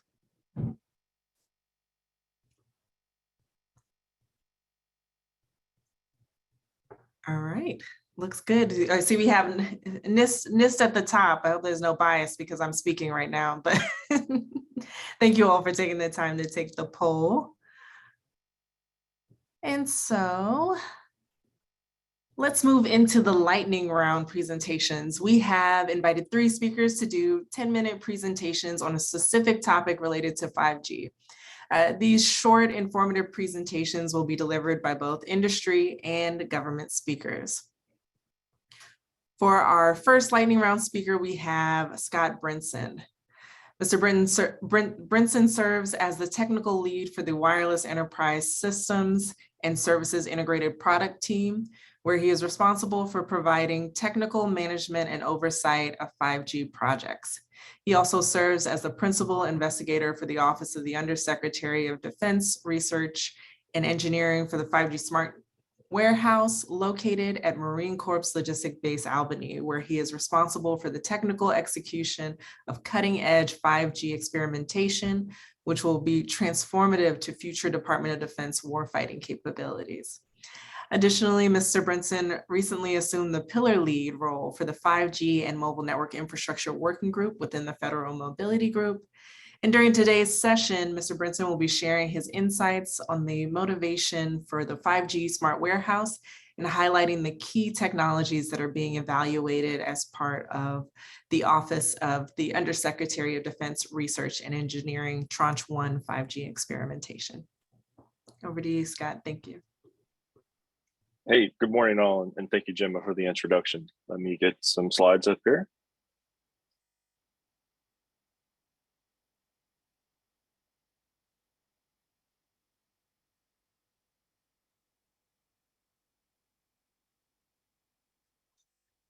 Okay, can we just get you to confirm, Gemma, that you can see the slides, hear everything fine? Yes, we can see the slides and we can hear you well. Awesome, fantastic. Thank you very much. Well, again, good morning, everybody.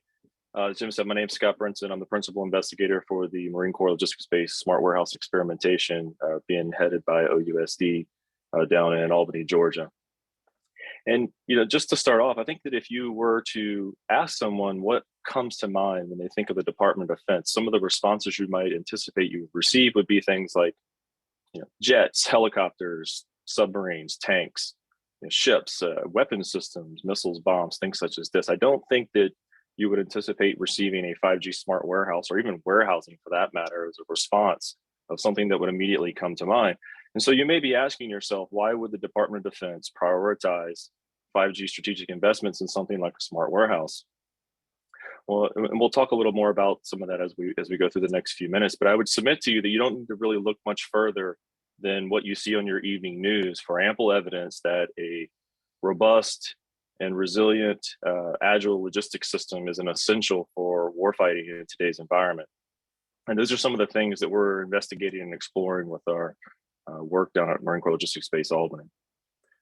Across the top here, you see some of the major inefficiencies that were identified by the Marine Corps in their current operation. There is little technology that has been introduced into the environment, but what has been introduced in a way that doesn't always provide a full visibility of the residual risk that remains from the cyber perspective. And inventory management is a significant challenge for the Marine Corps. Currently, a full reconciliation of the inventory can take anywhere from 8 to 10 months and can encumber as many as 60 personnel to effectively carry that out. That's far too long and far too many people. And as the next two items indicate, as you can imagine, that's an enormous amount of wasted time and excess labor being utilized to kind of maintain these older processes that have very little technology being used in a way to enable them to be more efficient. Across the blue banner there in the middle of the screen, you see the 6 major processes that drive all the activities within the Marine Corps' logistics apparatus, and some of the objectives and areas that we've set out to have a positive impact with what we're doing here. Down at the bottom are the 3 execution pillars for us: the test bed, the enhancements, and the applications. This is how we've divided up the work. The entire experiment down at Albany is a 3-year, 3-phase effort, with phase 1 being the design effort, phase 2 being testing and demonstration, and phase 3 being verification, validation, and transition of the selected technologies that have proven to be useful in the view of the environment. And we'll talk a little more about who we've partnered with in each of these areas as we go through. First up, let's talk about the test bed. For the test bed, we partnered with Federated Wireless. Their team also includes JMA, Cisco, and Vectrus as well.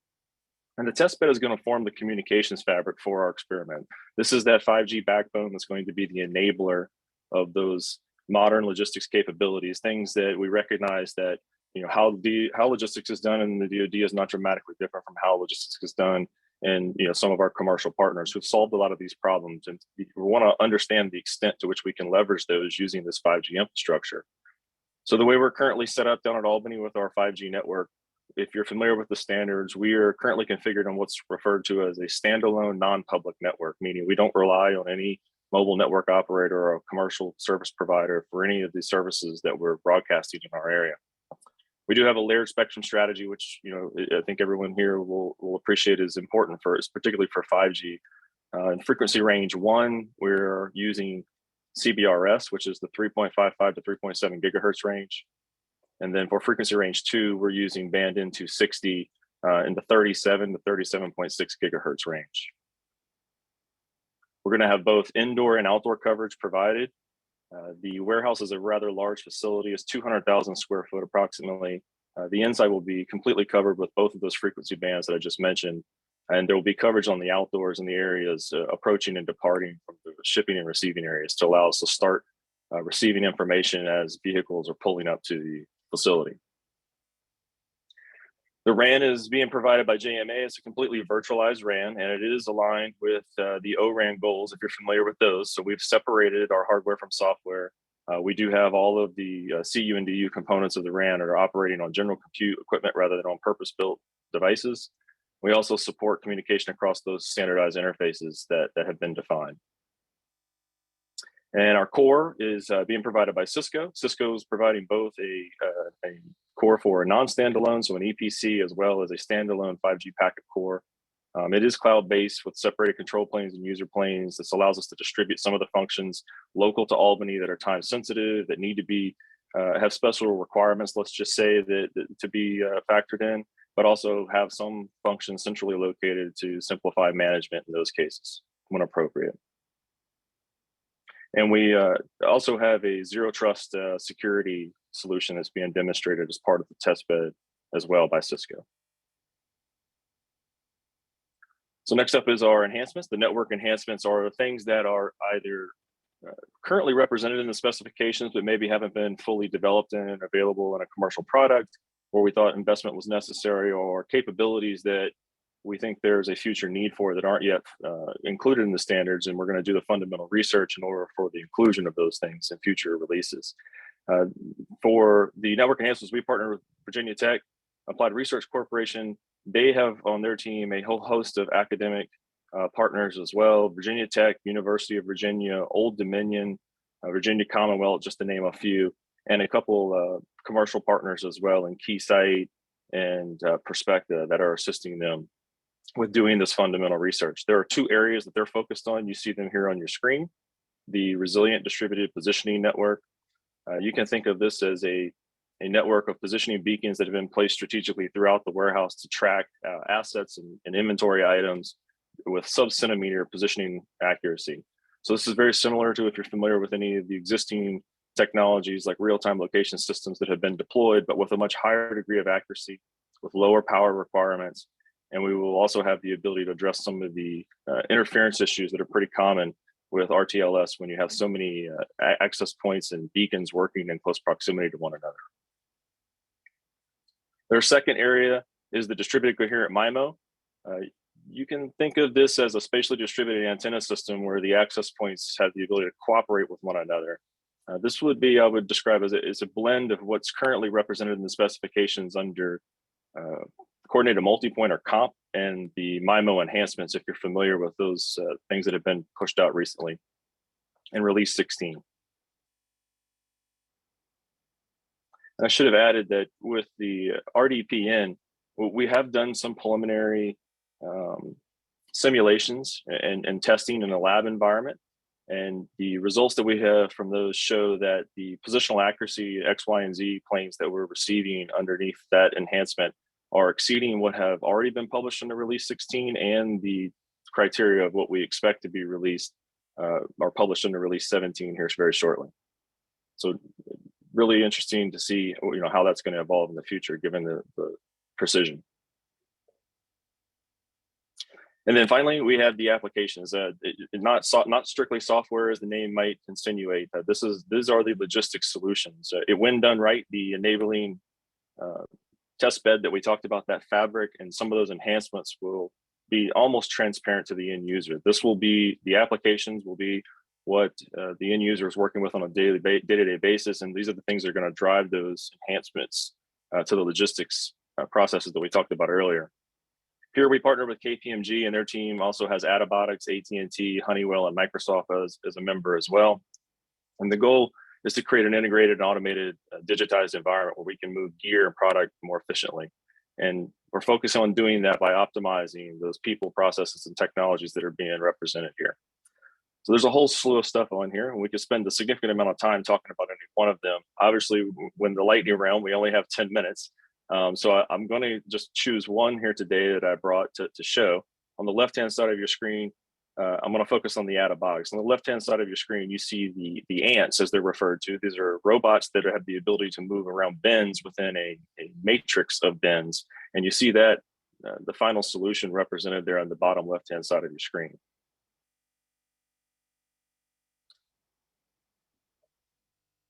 So the Robotics, or the high-density robotic storage system, this is going to be a significant improvement to the way material is currently handled within the Marine Corps. When these are deployed in similar commercial environments, they typically report about an 85% reduction in storage space required. So the Robotic solution that's going in at Albany, it's going to be about 67 foot by 50 foot. So you can think of it like an enormous elevator shaft in the middle of this 200,000 square foot building. But it's going to have the ability to store approximately 440 pallets worth of equipment in that footprint. There are 5,300 bins that will be a part of it, and it is extendable and modular. We can add on to it or reduce it as needed to fit the environment or the situation. But this will definitely have a dramatic impact on the 6 critical processes we talked about earlier and the way that product is managed. It'll certainly streamline retrieval of building of equipment and storing of equipment, preventing an individual worker from having to move across the 200,000 square foot space. Additionally, on the previous slide, you may have noted there are some other complementary things that are being brought in. So for instance, a dimensioner. This is a product that will allow us as individual end items are brought in, they can be weighed and dimensioned so that we understand that we're storing things in the right place where space is available rather than storing them in a designated location and actually storing air all around them. So this will allow us to optimize that. Additionally, it will improve safety for the warehouse personnel because of the minimization of the movements required, and a lot of it is moved on conveyance systems, so there's less manual labor involved as well. In addition to, it will support improved reporting and certainly help address items that are of high value or things that are highly pilferable in the sense that when they're stored inside of this matrix, they're not accessible, and they're much easier to account for. And so finally, anytime dealing with the wireless systems and particularly the government, spectrum is always a primary concern. So just wanted to share a quick little slide that showed which spectrum is in play here for our particular experiment. Again, we are using all shared spectrum. We don't have any exclusive or licensed spectrum as a part of our current experimentation. And I think I'm a little bit over my 10 minutes, Gemma, but I appreciate the opportunity to come here and present today. Hope that was informative. Definitely. Thank you for that presentation, Scott. It's very interesting hearing about the specifics of the 5G smart warehouse research going on down in Albany, from the specific equipment being used and even that incorporation of zero trust into the implementation. So thank you. Next up in the lightning round, we have Kevin Stiles, who is a Chief Technology Officer at OCS Networks. He is responsible for the company's product development, solutions customization, and systems integration services. His engineering team focuses on the development of secure and scalable 5G products and the integration and delivery of commercial off-the-shelf or COTS products into customized solutions, including product certifications and accreditations. Kevin will discuss 5G solutions covering deployables, enterprise and cloud, as well as cell and light trucks or COLTs, and AR/VR for OUSD tranche efforts. All right, over to you. All right, thanks, Gemma. Let me get my slides up here real quick.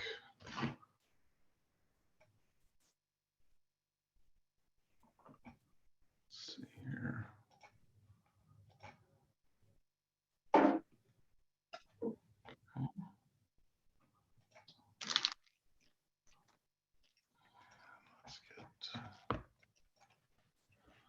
All right, can everybody see that?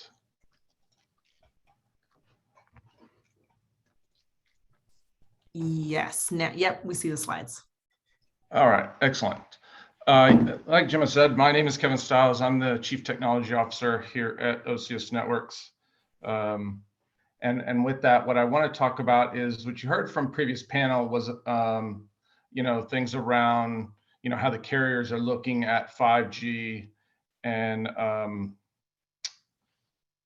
their implementations and their deployments across that. Our background is a little different. We come from a tactical cellular. We've been doing 4G LTE for many, many years. In the last 18 months or so into 5G and NSA and standalone and CBRS and all the different spectrum technologies. So what I want to do is talk a little bit about our view of what 5G networks look like, from deployables to enterprise solutions, and then cloud-based solutions. We'll talk a little bit about a smart gateway concept, which is the NSA CSFC commercial solutions for classified security overlays. And we'll talk about an OCS product called OnCast, which really solves some interesting problems when you're talking about a deployable or on the move type cellular solution. And then we'll go into some of the tranche efforts that we're involved in supporting OUSD around cell and light trucks, some of their nomadic core, and some of the AR, VR technologies. We have some interesting solutions there we want to talk about.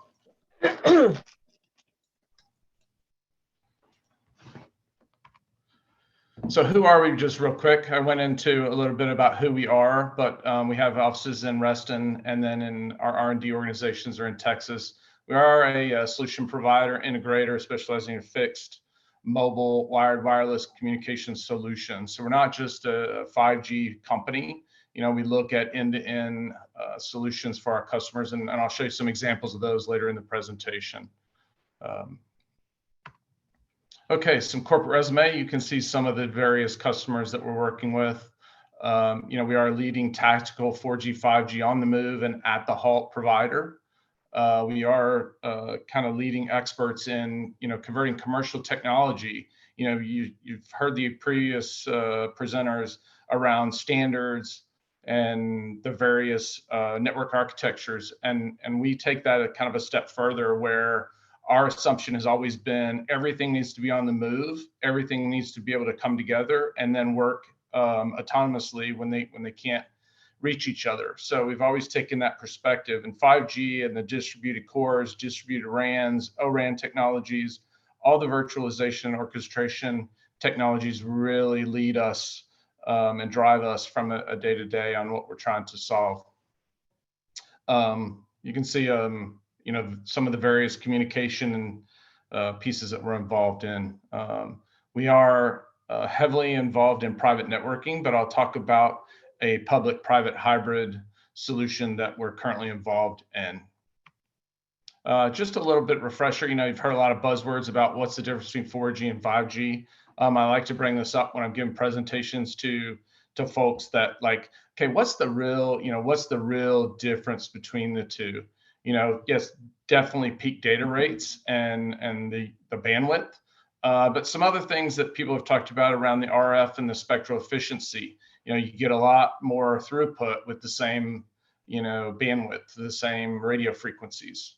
A lot of presenters have talked about latency, getting it down to that 1 millisecond, which requires some very interesting network deployments and architectures. And I think the big one is the connection density. So you start to look at 1 million connected devices in a kilometer square. You know, that's a small area, and that's a lot of UEs, a lot of devices. And then you know, Mimo and you know, beamforming technologies to really get the throughput from, you know, that last mile of RF. So this is just a slide I like to use as kind of a refresher of, you know, what are the true differences between the two. So if we jump into deployables, which is where kind of we started, right? It's take it with you. It's on the move. They have to be small. They have to be, you know, swap is always a key constraint between size, weight, and power. And the previous panel talked a lot about deployment and use cases. 100% agree. Use cases drives, you know, what kind of technology solutions you come with, whether it's hardware, software, etc. But our solutions are 5G and 4G ready. They both support NSA and SA solutions. We do support, you know, sub-6, you know, in the 3.5 all and down, the FR1 bands, and millimeter wave and the FR2. So we support all those various technologies with various partners, OEMs that are building RAN technology. Then you get into a little bit of the enterprise, right? Which is a totally different set of requirements, if you will, right? This is a set it up quick, but you're more at the halt, where it's, you know, fob or talk type deployments, integrating with a whole lot of different technologies. And then we're going to talk in a minute about how do you manage that, right? I mean, the previous panel was talking about all these different technologies and MECs and core networks and RANs and, you know, UEs and application security, et cetera. And how do you manage all of that? So we see that the tools and the ease of use is a huge factor in how you deploy these networks. And then we'll talk a little bit about the cloud. So this is what I mentioned about the private public hybrid. So we're looking at it more than just CONUS, right? So you may have a special forces organization that has their own private network, and when they're at home base, they want to integrate with a carrier and have spectrum sharing, and more than just an APN, but use some of the other cellular technologies to do some spectrum sharing. And then when they want to pick up and go overseas, how do they do that? How do they go overseas, drop their network, and make it seamlessly work back to their home network? So as you can see here, there's we'll talk a little bit more about the device on the right, which is our smart gateway concept. But you're also going to see more and more of cloud-based solutions where it's as a service, but also with customer-owned instances. So the customers are going to, slowly quit buying their own hardware, and they're going to put it in the cloud somewhere. And they'll only take with them what they need. And then again, you have that management aspect that we talked about. Then we get into security and some of the NSA commercial solutions for classified. That's our smart gateway concept. I've got a couple slides coming up.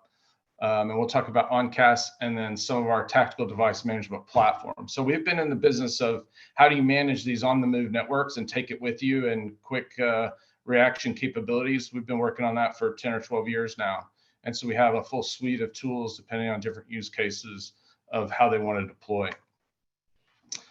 This is the smart gateway, and you can see, partners like Aruba and HP and Palo Alto, which I believe is going to have the next 10-minute slot in the lightning round. But you can see this is a 2 HPE 8000s with our overlay of a CSFC solution and all the segregation and what it takes to actually put a network together.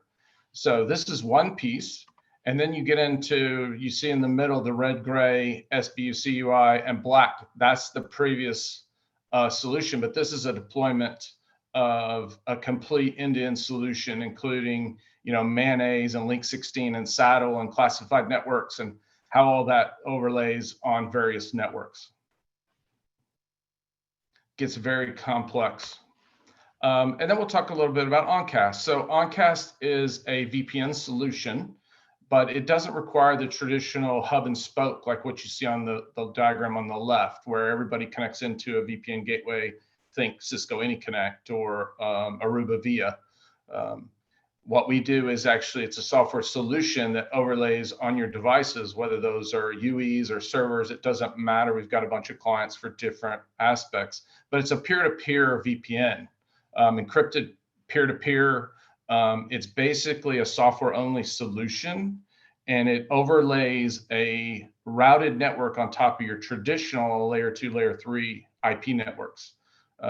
What's interesting about it is it also allows native multicast. So all the DoD applications that are native multicast will now run over your cellular network with just a software solution instead of having to add EMBMS and a bunch more hardware and software. Again, we're talking tactical in a lot of these instances, so it needs to be light and small.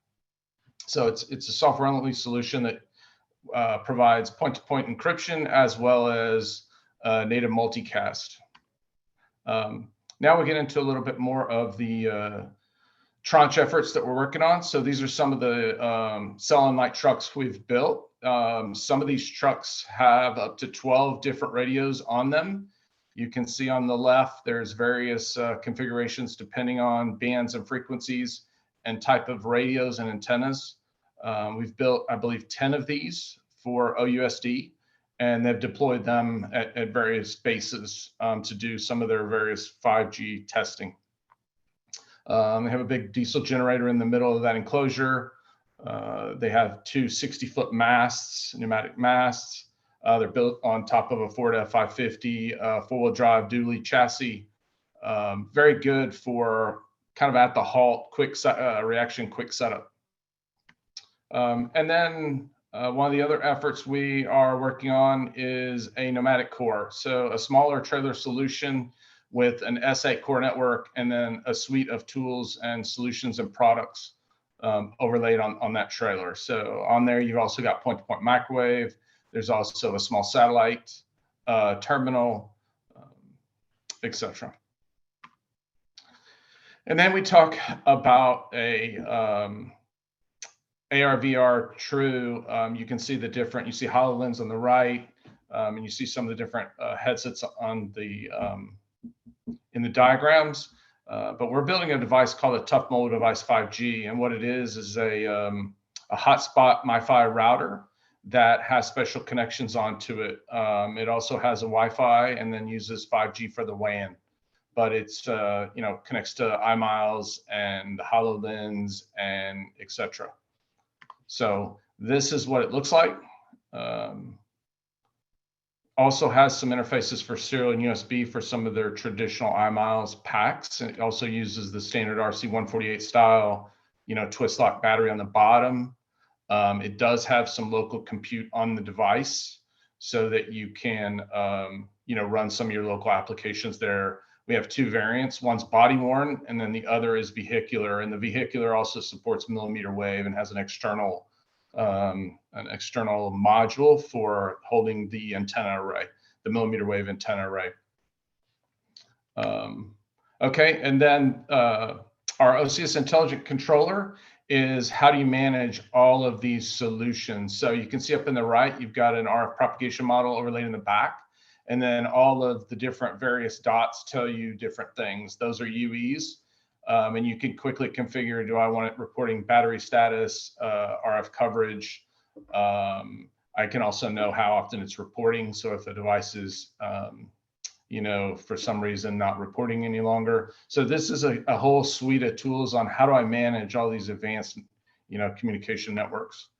In the interest of time, I'm going to go through a couple last slides here, just a couple example deployments, a Razor up in the top left, a lot of various trailers, aerostats, a tiger shark down there in the bottom right, where we put it in the nose of a UAV, a lot of different antenna mast configurations, and then some of the truck examples, trucks and trailers that we've built and deployed over the years. So with that, you know, our solutions enable a network communications at the edge, you know, on the base and in the lab, compact, ruggedized communication technologies. We do end-to-end integration, commercial when available, so that public-private hybrid and as a service is what we believe is kind of the future of what the DoD really needs. And then, you know, enterprise to operational to tactical. So in the interest of time, I'm over a couple minutes. So I thank you for letting me have the opportunity to speak today. And thank you very much. Back to you, Gemma. Thanks, Kevin, and thanks for sharing insights into some specific examples of solutions that you offer and have out in the field.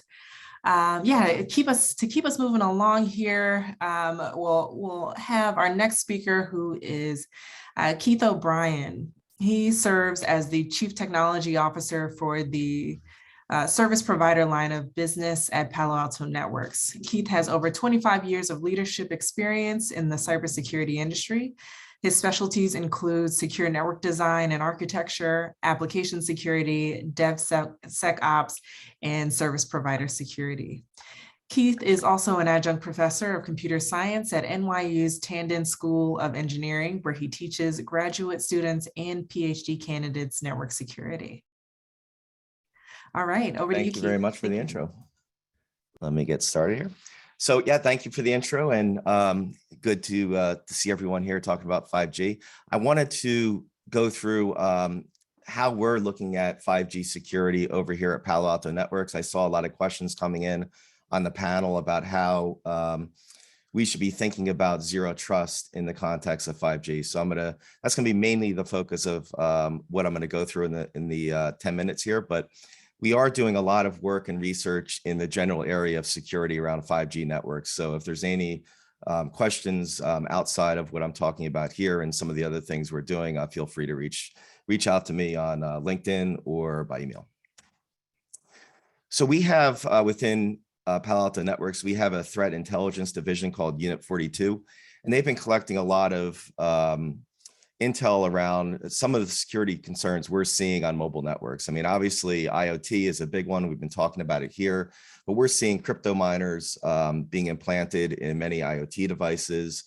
malware stealing battery power, right? Just more of almost a DDoS kind of attack on IoT devices to run down the batteries and create disruption. So certainly, IoT is one of the forces that is really driving some of the security concerns that we're seeing. But the other big one is cloud, right? So I'm sure most people have heard that 5G is taking a different approach to how we're designing core networks. We're no longer building core networks even with VMs or standalone devices. Instead, we're taking a lot of the lessons learned that we learned building large scale web applications. So things like, how do we do microservices design? How do we do containerization? How do we do container orchestration? So all of these things are now being built into 5G core networks. That can be good and bad depending upon how they're being deployed, but it certainly increases the threat surface, and it's certainly a different threat surface than many people in telco are used to. And then finally, and this is more of a positive angle, but we do have new 5G services being offered on top of these networks, right? So particularly on the commercial side, if you're looking at any of the mobile network operators, they're not going to retire those billions of dollars that they've invested in the spectrum by selling iPhones and Android devices, right? So they're almost 100% focused on how can they offer new 5G services to industry, including the federal government. Things like if we're deploying network slicing on top of 5G, how can we embed security offerings, almost like a managed security offering on top of those 5G slices? But let's dig into how we're thinking about, or how we should be thinking about zero trust combined with 5G. So within the federal government, I'm sure most of you have heard about the concept around zero trust, but the core principles are documented in the NIST document 800-207. So if you haven't gone through that, I encourage you to do that. But if you really back up and think about what it really requires, it's not a one-time validation. So if you're thinking about designing security in your network to be authenticating the UEs, and once they're authenticated, they're trusted, and we have encryption and we have new 3GPP protocols in 5G. Well, that's all fine, but we also have to think about what's going on with those endpoint devices, what's going on with those IoT devices. Just because at the point in time when they're authenticating to the network, they are behaving correctly, they may not have malware. At any point in time post that, their state can change. Malware can be injected onto those devices. So one-time validation, one-time posture no longer works in these environments. We have to be continuously looking at all of the endpoints, all of the traffic that's traversing these networks in order to truly take a zero trust approach. And just not on the slide here, but what I'd also encourage everyone to do, certainly the NIST standard is a great place to learn about zero trust. But another document I always point people to is the Google Beyond Corp document, which really gets to the point of how we should be starting to think about analyzing traffic on a continuous basis. So that's a document that they put together on how they deployed a zero trust architecture for the employees in Google. And many of those concepts can be applied to 5G networks, particularly private 5G networks that we've been discussing so far here. So we think about 5G and zero trust in 4 areas. And some of these, like the one on the left, shifting left security, that's for if you are looking at private 5G networks with a more of a forward-thinking type of an approach, we should be thinking about how we can be designing these networks with infrastructure as code, how the code that we're deploying on these 5G networks can be checked into things like Git repositories, how we can start detecting threats to the network before they ever make it to the network itself, right? So if I'm going to deploy an application on a 5G network, it's far better to do any sort of security scanning, code scanning, dynamic analysis, static analysis on that code at the developer site, or even as the code is being checked into source code repositories before it makes it to runtime, right? Once it gets to runtime, not that we're not doing runtime security, we certainly are, as you'll see here, but the earlier we can detect badness in the network, the better. And if you've heard about this concept around shift left, that's what we're speaking of. And in the US here, we're partnered with Dish Network. So we're doing much of the security with Dish in their deployment here in the United States. And all of the security around Dish is being looked at from a shift left kind of an approach. So all of the infrastructure as code, Terraform templates, CloudFormation templates that are being built, that are being deployed to these 5G networks are all being scanned, and security is being applied as early as possible in that development lifecycle.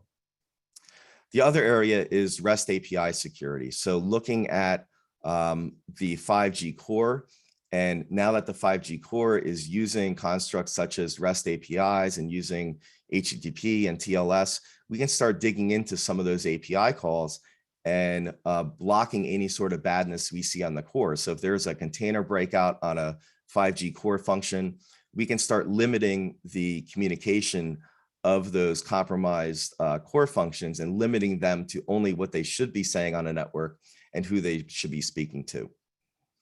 And then we have container runtime security. Container runtime security is taking the Docker containers or other format of container, whatever the container runtime happens to be, and ensuring that those containers, again, using a zero trust approach, are always behaving correctly in the environment.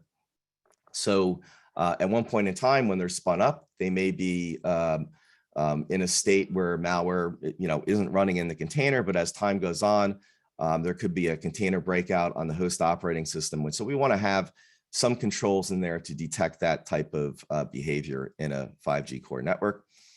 And then the final part is many of these, and it's been mentioned by some of the other speakers, that many of these 5G networks are being deployed on cloud infrastructure, public cloud infrastructure. So all of the other things that I just spoke about would be for naught if I'm not ensuring that the configuration of that cloud infrastructure complies with best practices, and then also doesn't change over time. There aren't any sort of misconfigurations that are being inadvertently snuck into the cloud infrastructure that would expose things like PII and S3 buckets and those sort of classic cloud exposure examples. So I just wanted to give you a little bit more flavor on what this looks like and how we're doing some of this. We have product today that'll take containers as they're making those their way through a build process, and we can scan those containers before it makes it to a container orchestration cluster. And these containers would be housing the functions of a 5G core.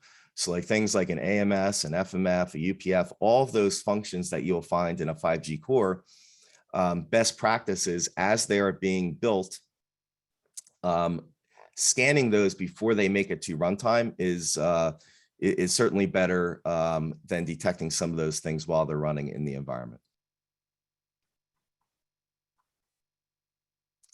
And then also, as they are being scanned, and we want to scan those in the registries the developers check those containers into, we want to categorize the vulnerabilities. And certainly when we've been looking at public networks and doing some of these security practices in those networks, many of the containers right out of the chute will have hundreds and hundreds of different vulnerabilities. Of course, you want to rank them on complexity and how they impact the actual environment so they can be properly prioritized for fixing. And then with securing the 5G core itself, and this is critically important, something that we can do now in 5G networks that we couldn't really easily do in previous types of mobile networks. Now that we're standardizing on REST API calls, we can very easily apply policy to those API calls. So for example, I can very easily whitelist what should be existing on these 5G cores, and anything else that let's say that there is a container breakout on the AMF function and it's trying to do a command and control call back to somewhere on the internet or even somewhere else in my environment. Maybe it's trying to do some lateral movement in the environment.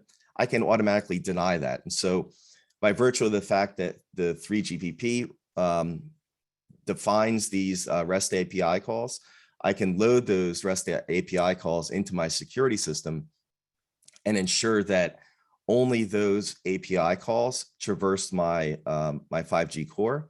And I can also further define which of the containers can speak to which of the other containers, right? And that's a huge step in taking a zero trust approach in 5G, and also a huge step in remediating any sort of malware and command and control and lateral movement that may occur within these networks itself.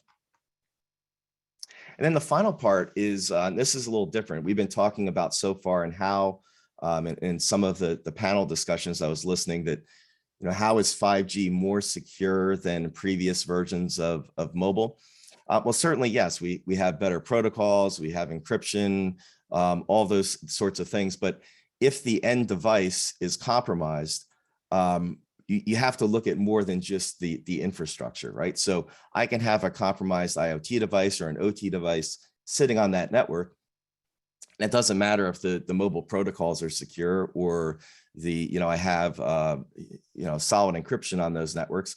The command and control is just going to be encrypted, and it's going to go through a very solid infrastructure of your 5G. So we want to start providing visibility into that traffic itself. And this is particularly important when you're looking at private 5G networks and some of the warehousing examples that the previous speaker was talking about.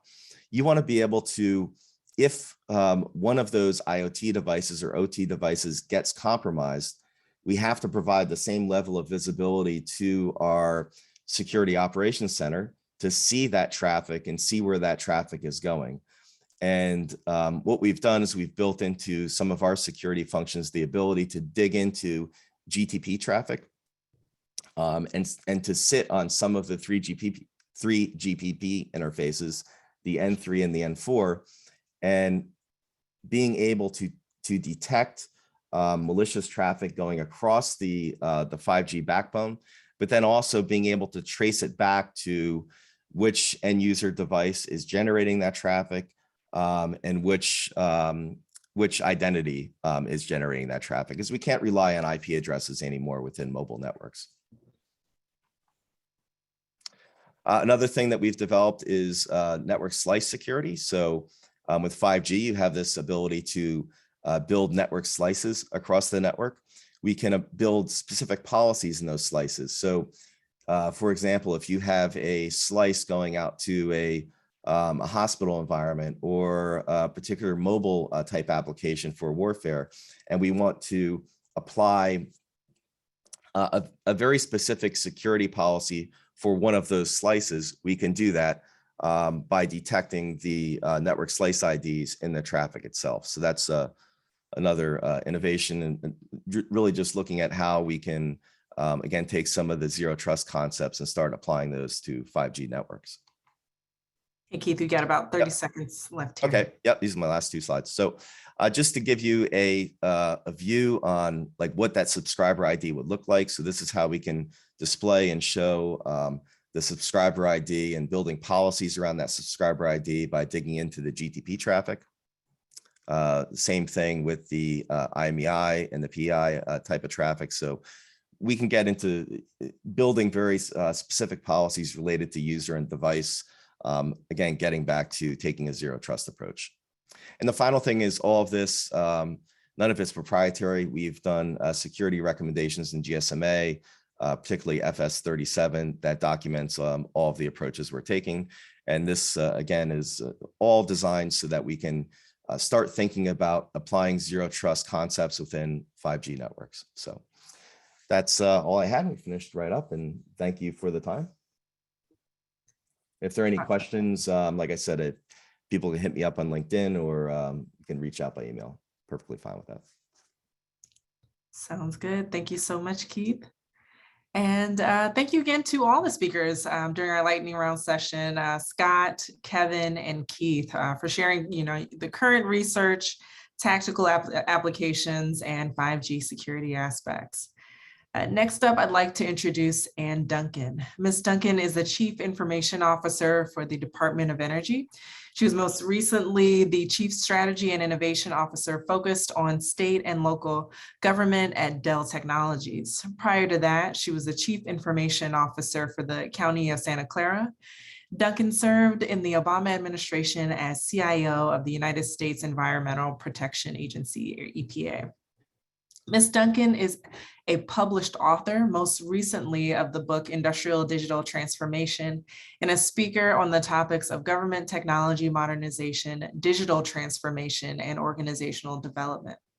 In 2018, she was inducted into Georgia Tech's Academy of Distinguished Engineering Alumni. Ms. Duncan holds an MS and a BS in Industrial Engineering, both from the Georgia Institute of Technology. And now I will turn it over to Ms. Duncan to provide the closing keynote. Thanks, Gemma. Thank you for that great introduction. I apologize, I had a cold last week, so I will hopefully not cough on y'all too much. It's great to join y'all this afternoon for this closing keynote. And I know we're running a little bit behind, so hopefully we're not too antsy to get out of here and I won't keep you too long. It's been a great discussion. I've been able to catch a good chunk of it, and it's great to see this collaborative effort between two important groups in our community. So, you know, as other speakers today have already described, you know, there are applications for 5G and wireless communication, transportation, cybersecurity, energy transmission, and really beyond throughout the public and private sector. 5G really has the potential to transform the way the U.S. government serves the American people with this technology. And 5G adoption and deployment represents a significant opportunity for our nation, even as it presents some unique security challenges. And as you can imagine, at DOE, we are also grappling with the opportunities and challenges that 5G and other emerging technologies present. Today, what I want to do is share some highlights of 5G at DOE, including how we collaborate across the enterprise with our interagency and our industry partners, some of the applications, research and testing we're doing, and places where we have additional capabilities, and what we're considering from a policy perspective. Once again, before I dive into what we're doing, I'd like to really express my appreciation to ATARC and FMG for hosting today's event, and for your continued dedication to creating spaces for IT and cyber leaders to share ideas across agencies and sectors. And we're looking forward to the coming weeks of the work we're doing with FMG around the country this month. So the speed of innovation and technology requires government and industry to work together to develop, deploy, and secure 5G to deliver services to the American people. And to me, that is an important statement, that government and industry need to work together. Cross-sector collaboration is something that's deeply important to me. So I'm an engineer, as mentioned in the introduction, and I was not mentioned in the introduction as I began my career at HP. Since then, I've held technology leadership roles in private sector as well as state and local government, and the federal government. That includes, as mentioned, that I've served as CIO for the Environmental Protection Agency during the Obama administration. So my background in both government and private sector gives me a unique perspective, and I strongly believe that cooperation between these two sectors is both possible and necessary. And sharing expertise and leveraging the incentives and mission space across private companies and the government is something I've seen in action throughout my career. We must seek opportunities to learn together, partnering in a whole of nation approach. That's how we should, and in fact must, be for the challenge that is so significant, that our future as a global technology and communications leader depends upon truly our success in this space. So I want to provide a quick snapshot of the DOE enterprise, our technology landscape, my role as the CIO, and where 5G fits in all that. DOE is a complex enterprise. We have a wide-reaching mission spanning from open science to nuclear security and beyond in a variety of different areas, including things like power generation and maintaining the U.S. power grid. We lead federal efforts to enhance the reliability, security, and resilience of our nation's energy, economic, and environmental infrastructure. And as such, our workforce includes some of the brightest minds in the world who are dedicated to breakthrough achievements in areas such as high-performance computing, particle acceleration, crowdsourced research, and the effective generation and management of power. And all of this depends on a secure, robust, and resilient infrastructure. So my goal as Chief Information Officer of DOE is to advance the department's mission through policy, standards, and services that balance risk and innovation and set clear performance goals and expectations for the enterprise-wide information ecosystem.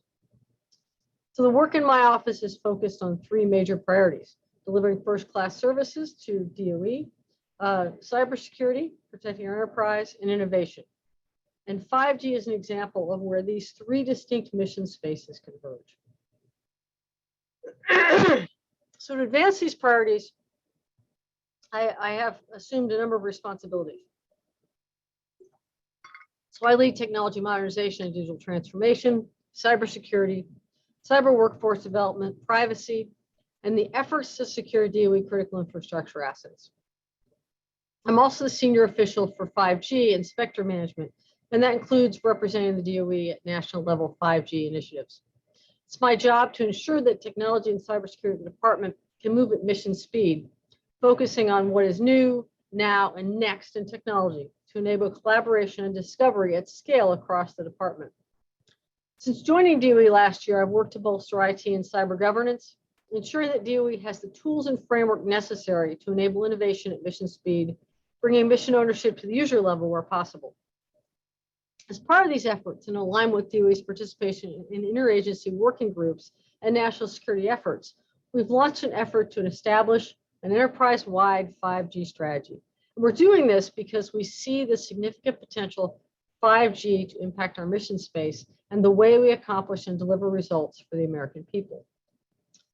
So a major driver of government-wide efforts to advance and secure 5G is the need to mitigate the economic, national security, and other risks posed by cyber threats and vulnerabilities in the 5G infrastructure, particularly where those threats and vulnerabilities could disrupt the nation's critical infrastructure.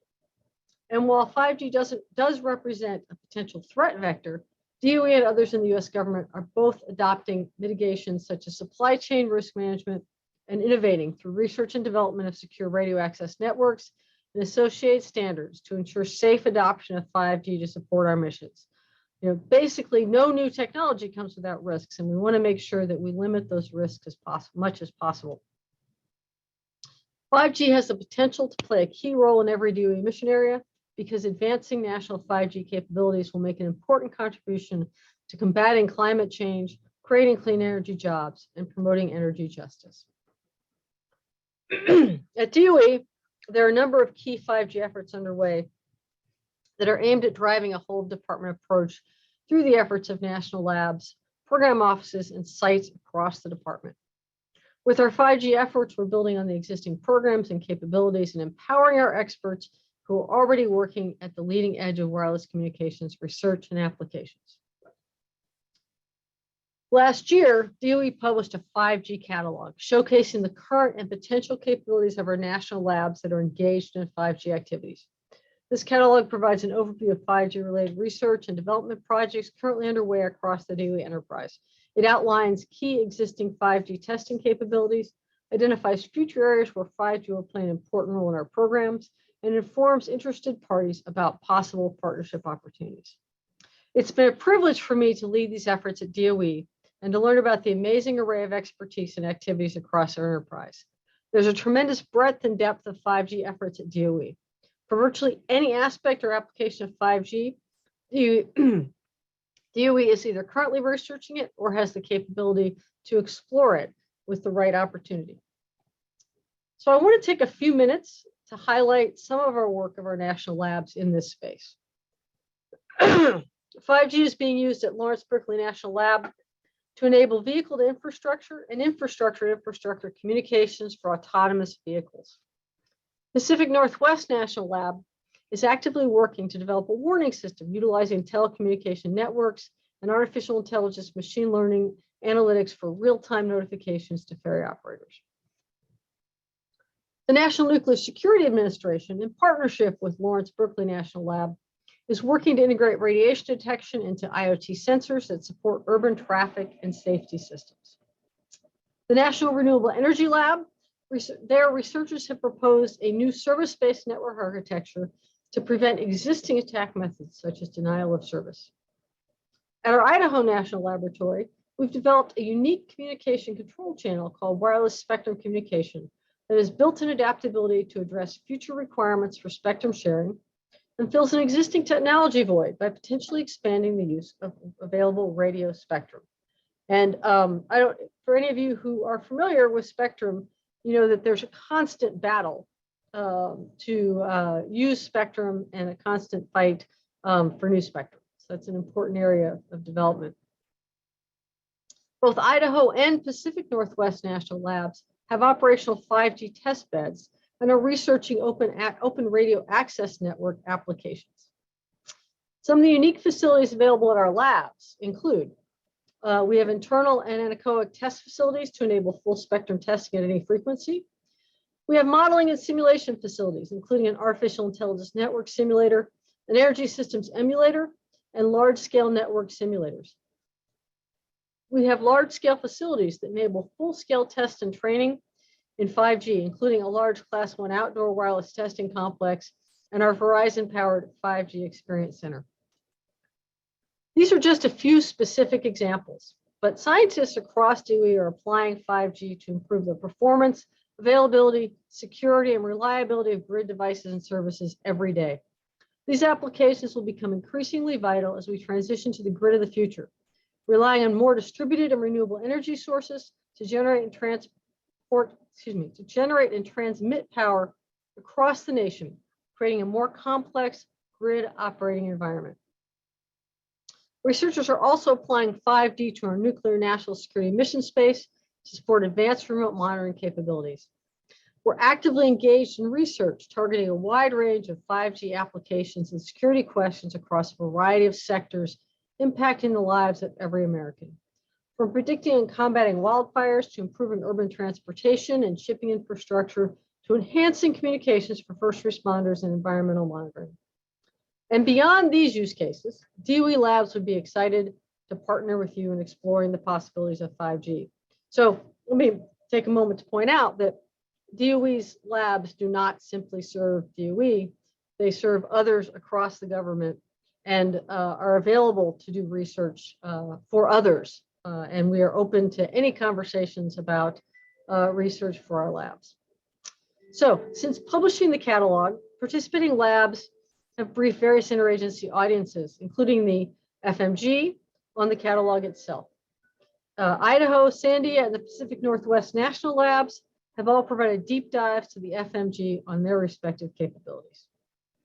So now we're ready to share with industry partners. Those of you who may be interested in reviewing the catalog or engaging with our labs, my team can connect you. So I want to wrap up by sharing that I'm really energized by the current opportunity 5G gives us to rethink what's possible in communications technology. The effective adoption, deployment, and development of applications for advanced 5G wireless networks could enable new and enhanced national telecommunications capabilities. These new capabilities could be adaptive or uniquely configured for specific or dynamic applications, and will provide the technological backbone that America needs to continue its leadership in this area.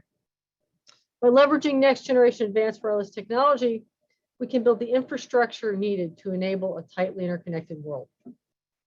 While 5G does provide a breadth of innovative opportunities, we must also remain vigilant in mitigating the national security risks posed by the 5G landscape and take a critical look at the technology trends and supply chain risks to understand how the U.S. can most effectively secure its telecommunications infrastructure.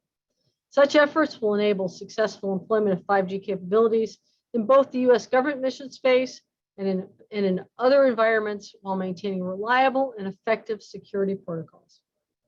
Lastly, I want to reemphasize that we welcome interagency and industry partnerships with our labs and our sponsors, excuse me, and sponsors who are interested in working with DOE to facilitate collaborative 5G activities through strategic partnership projects. This model enables our national laboratories to work with external sponsors who provide requirements and funding for specific projects. This structure is freedom to collaborate in powerful ways across what are usually boundaries between government and industry, has led to profound technology advances in the past and the potential to lead to exciting new innovations that will accelerate American efforts on 5G. Again, it has been my honor to join you in today's 5G Symposium. I would also note the timing of today's events was fortuitous. As FMG is launching a 5G executive tour, which is I'm looking forward to as an opportunity to connect government and industry, decision makers and experts, and to explore what's possible with 5G. I want to thank FMG and ATARC again for this hard work in building bridges. Here at DOE, we're eager to use this opportunity to strengthen existing relationships and create new ones. And we look forward to continue to collaborate and learn alongside you in the future. And as an aside, I apologize for the fact that the conference phone in my office rang for about 3 minutes. I have no idea what that was about, but I had no way to stop it without walking away. So thank you again for all the time and attention. And I hope that this has been as interesting a day for all of you as it was for the part that I was able to join. So thank you. Definitely. Thank you so much, Ms. Duncan. I definitely want to take a moment to thank Alan Hill and Ann Duncan for their inspiring and very informative keynote presentations. I would like to thank our government and industry partners for joining us today for their respective panels and presentations. And I'd also like to thank the amazing team that worked in the background, Kelly Adams, Marika Robinson, Alyssa Cole, and everyone else who helped make today's event possible. We are at a very exciting time in mobile and wireless, and it's great to be here today and have the opportunity to encourage private and public collaboration. For those attending from government, please consider joining the Federal Mobility Group, or FMG, which already includes over 300 Federal Mobility Group SMEs and some supporting contractors from 45 agencies and bureaus across the federal and technical spectrum. The group meets bi-weekly to discuss a variety of topics, including developing resources to support the mobile community. And the group brings in industry partners to share new technologies. Membership requires an active .gov or .mil address. But if you'd like to join the group, please feel free to email fmg@gsa.gov. Thank you again to everyone for attending today's event and enjoy the rest of your day. Take care, everyone.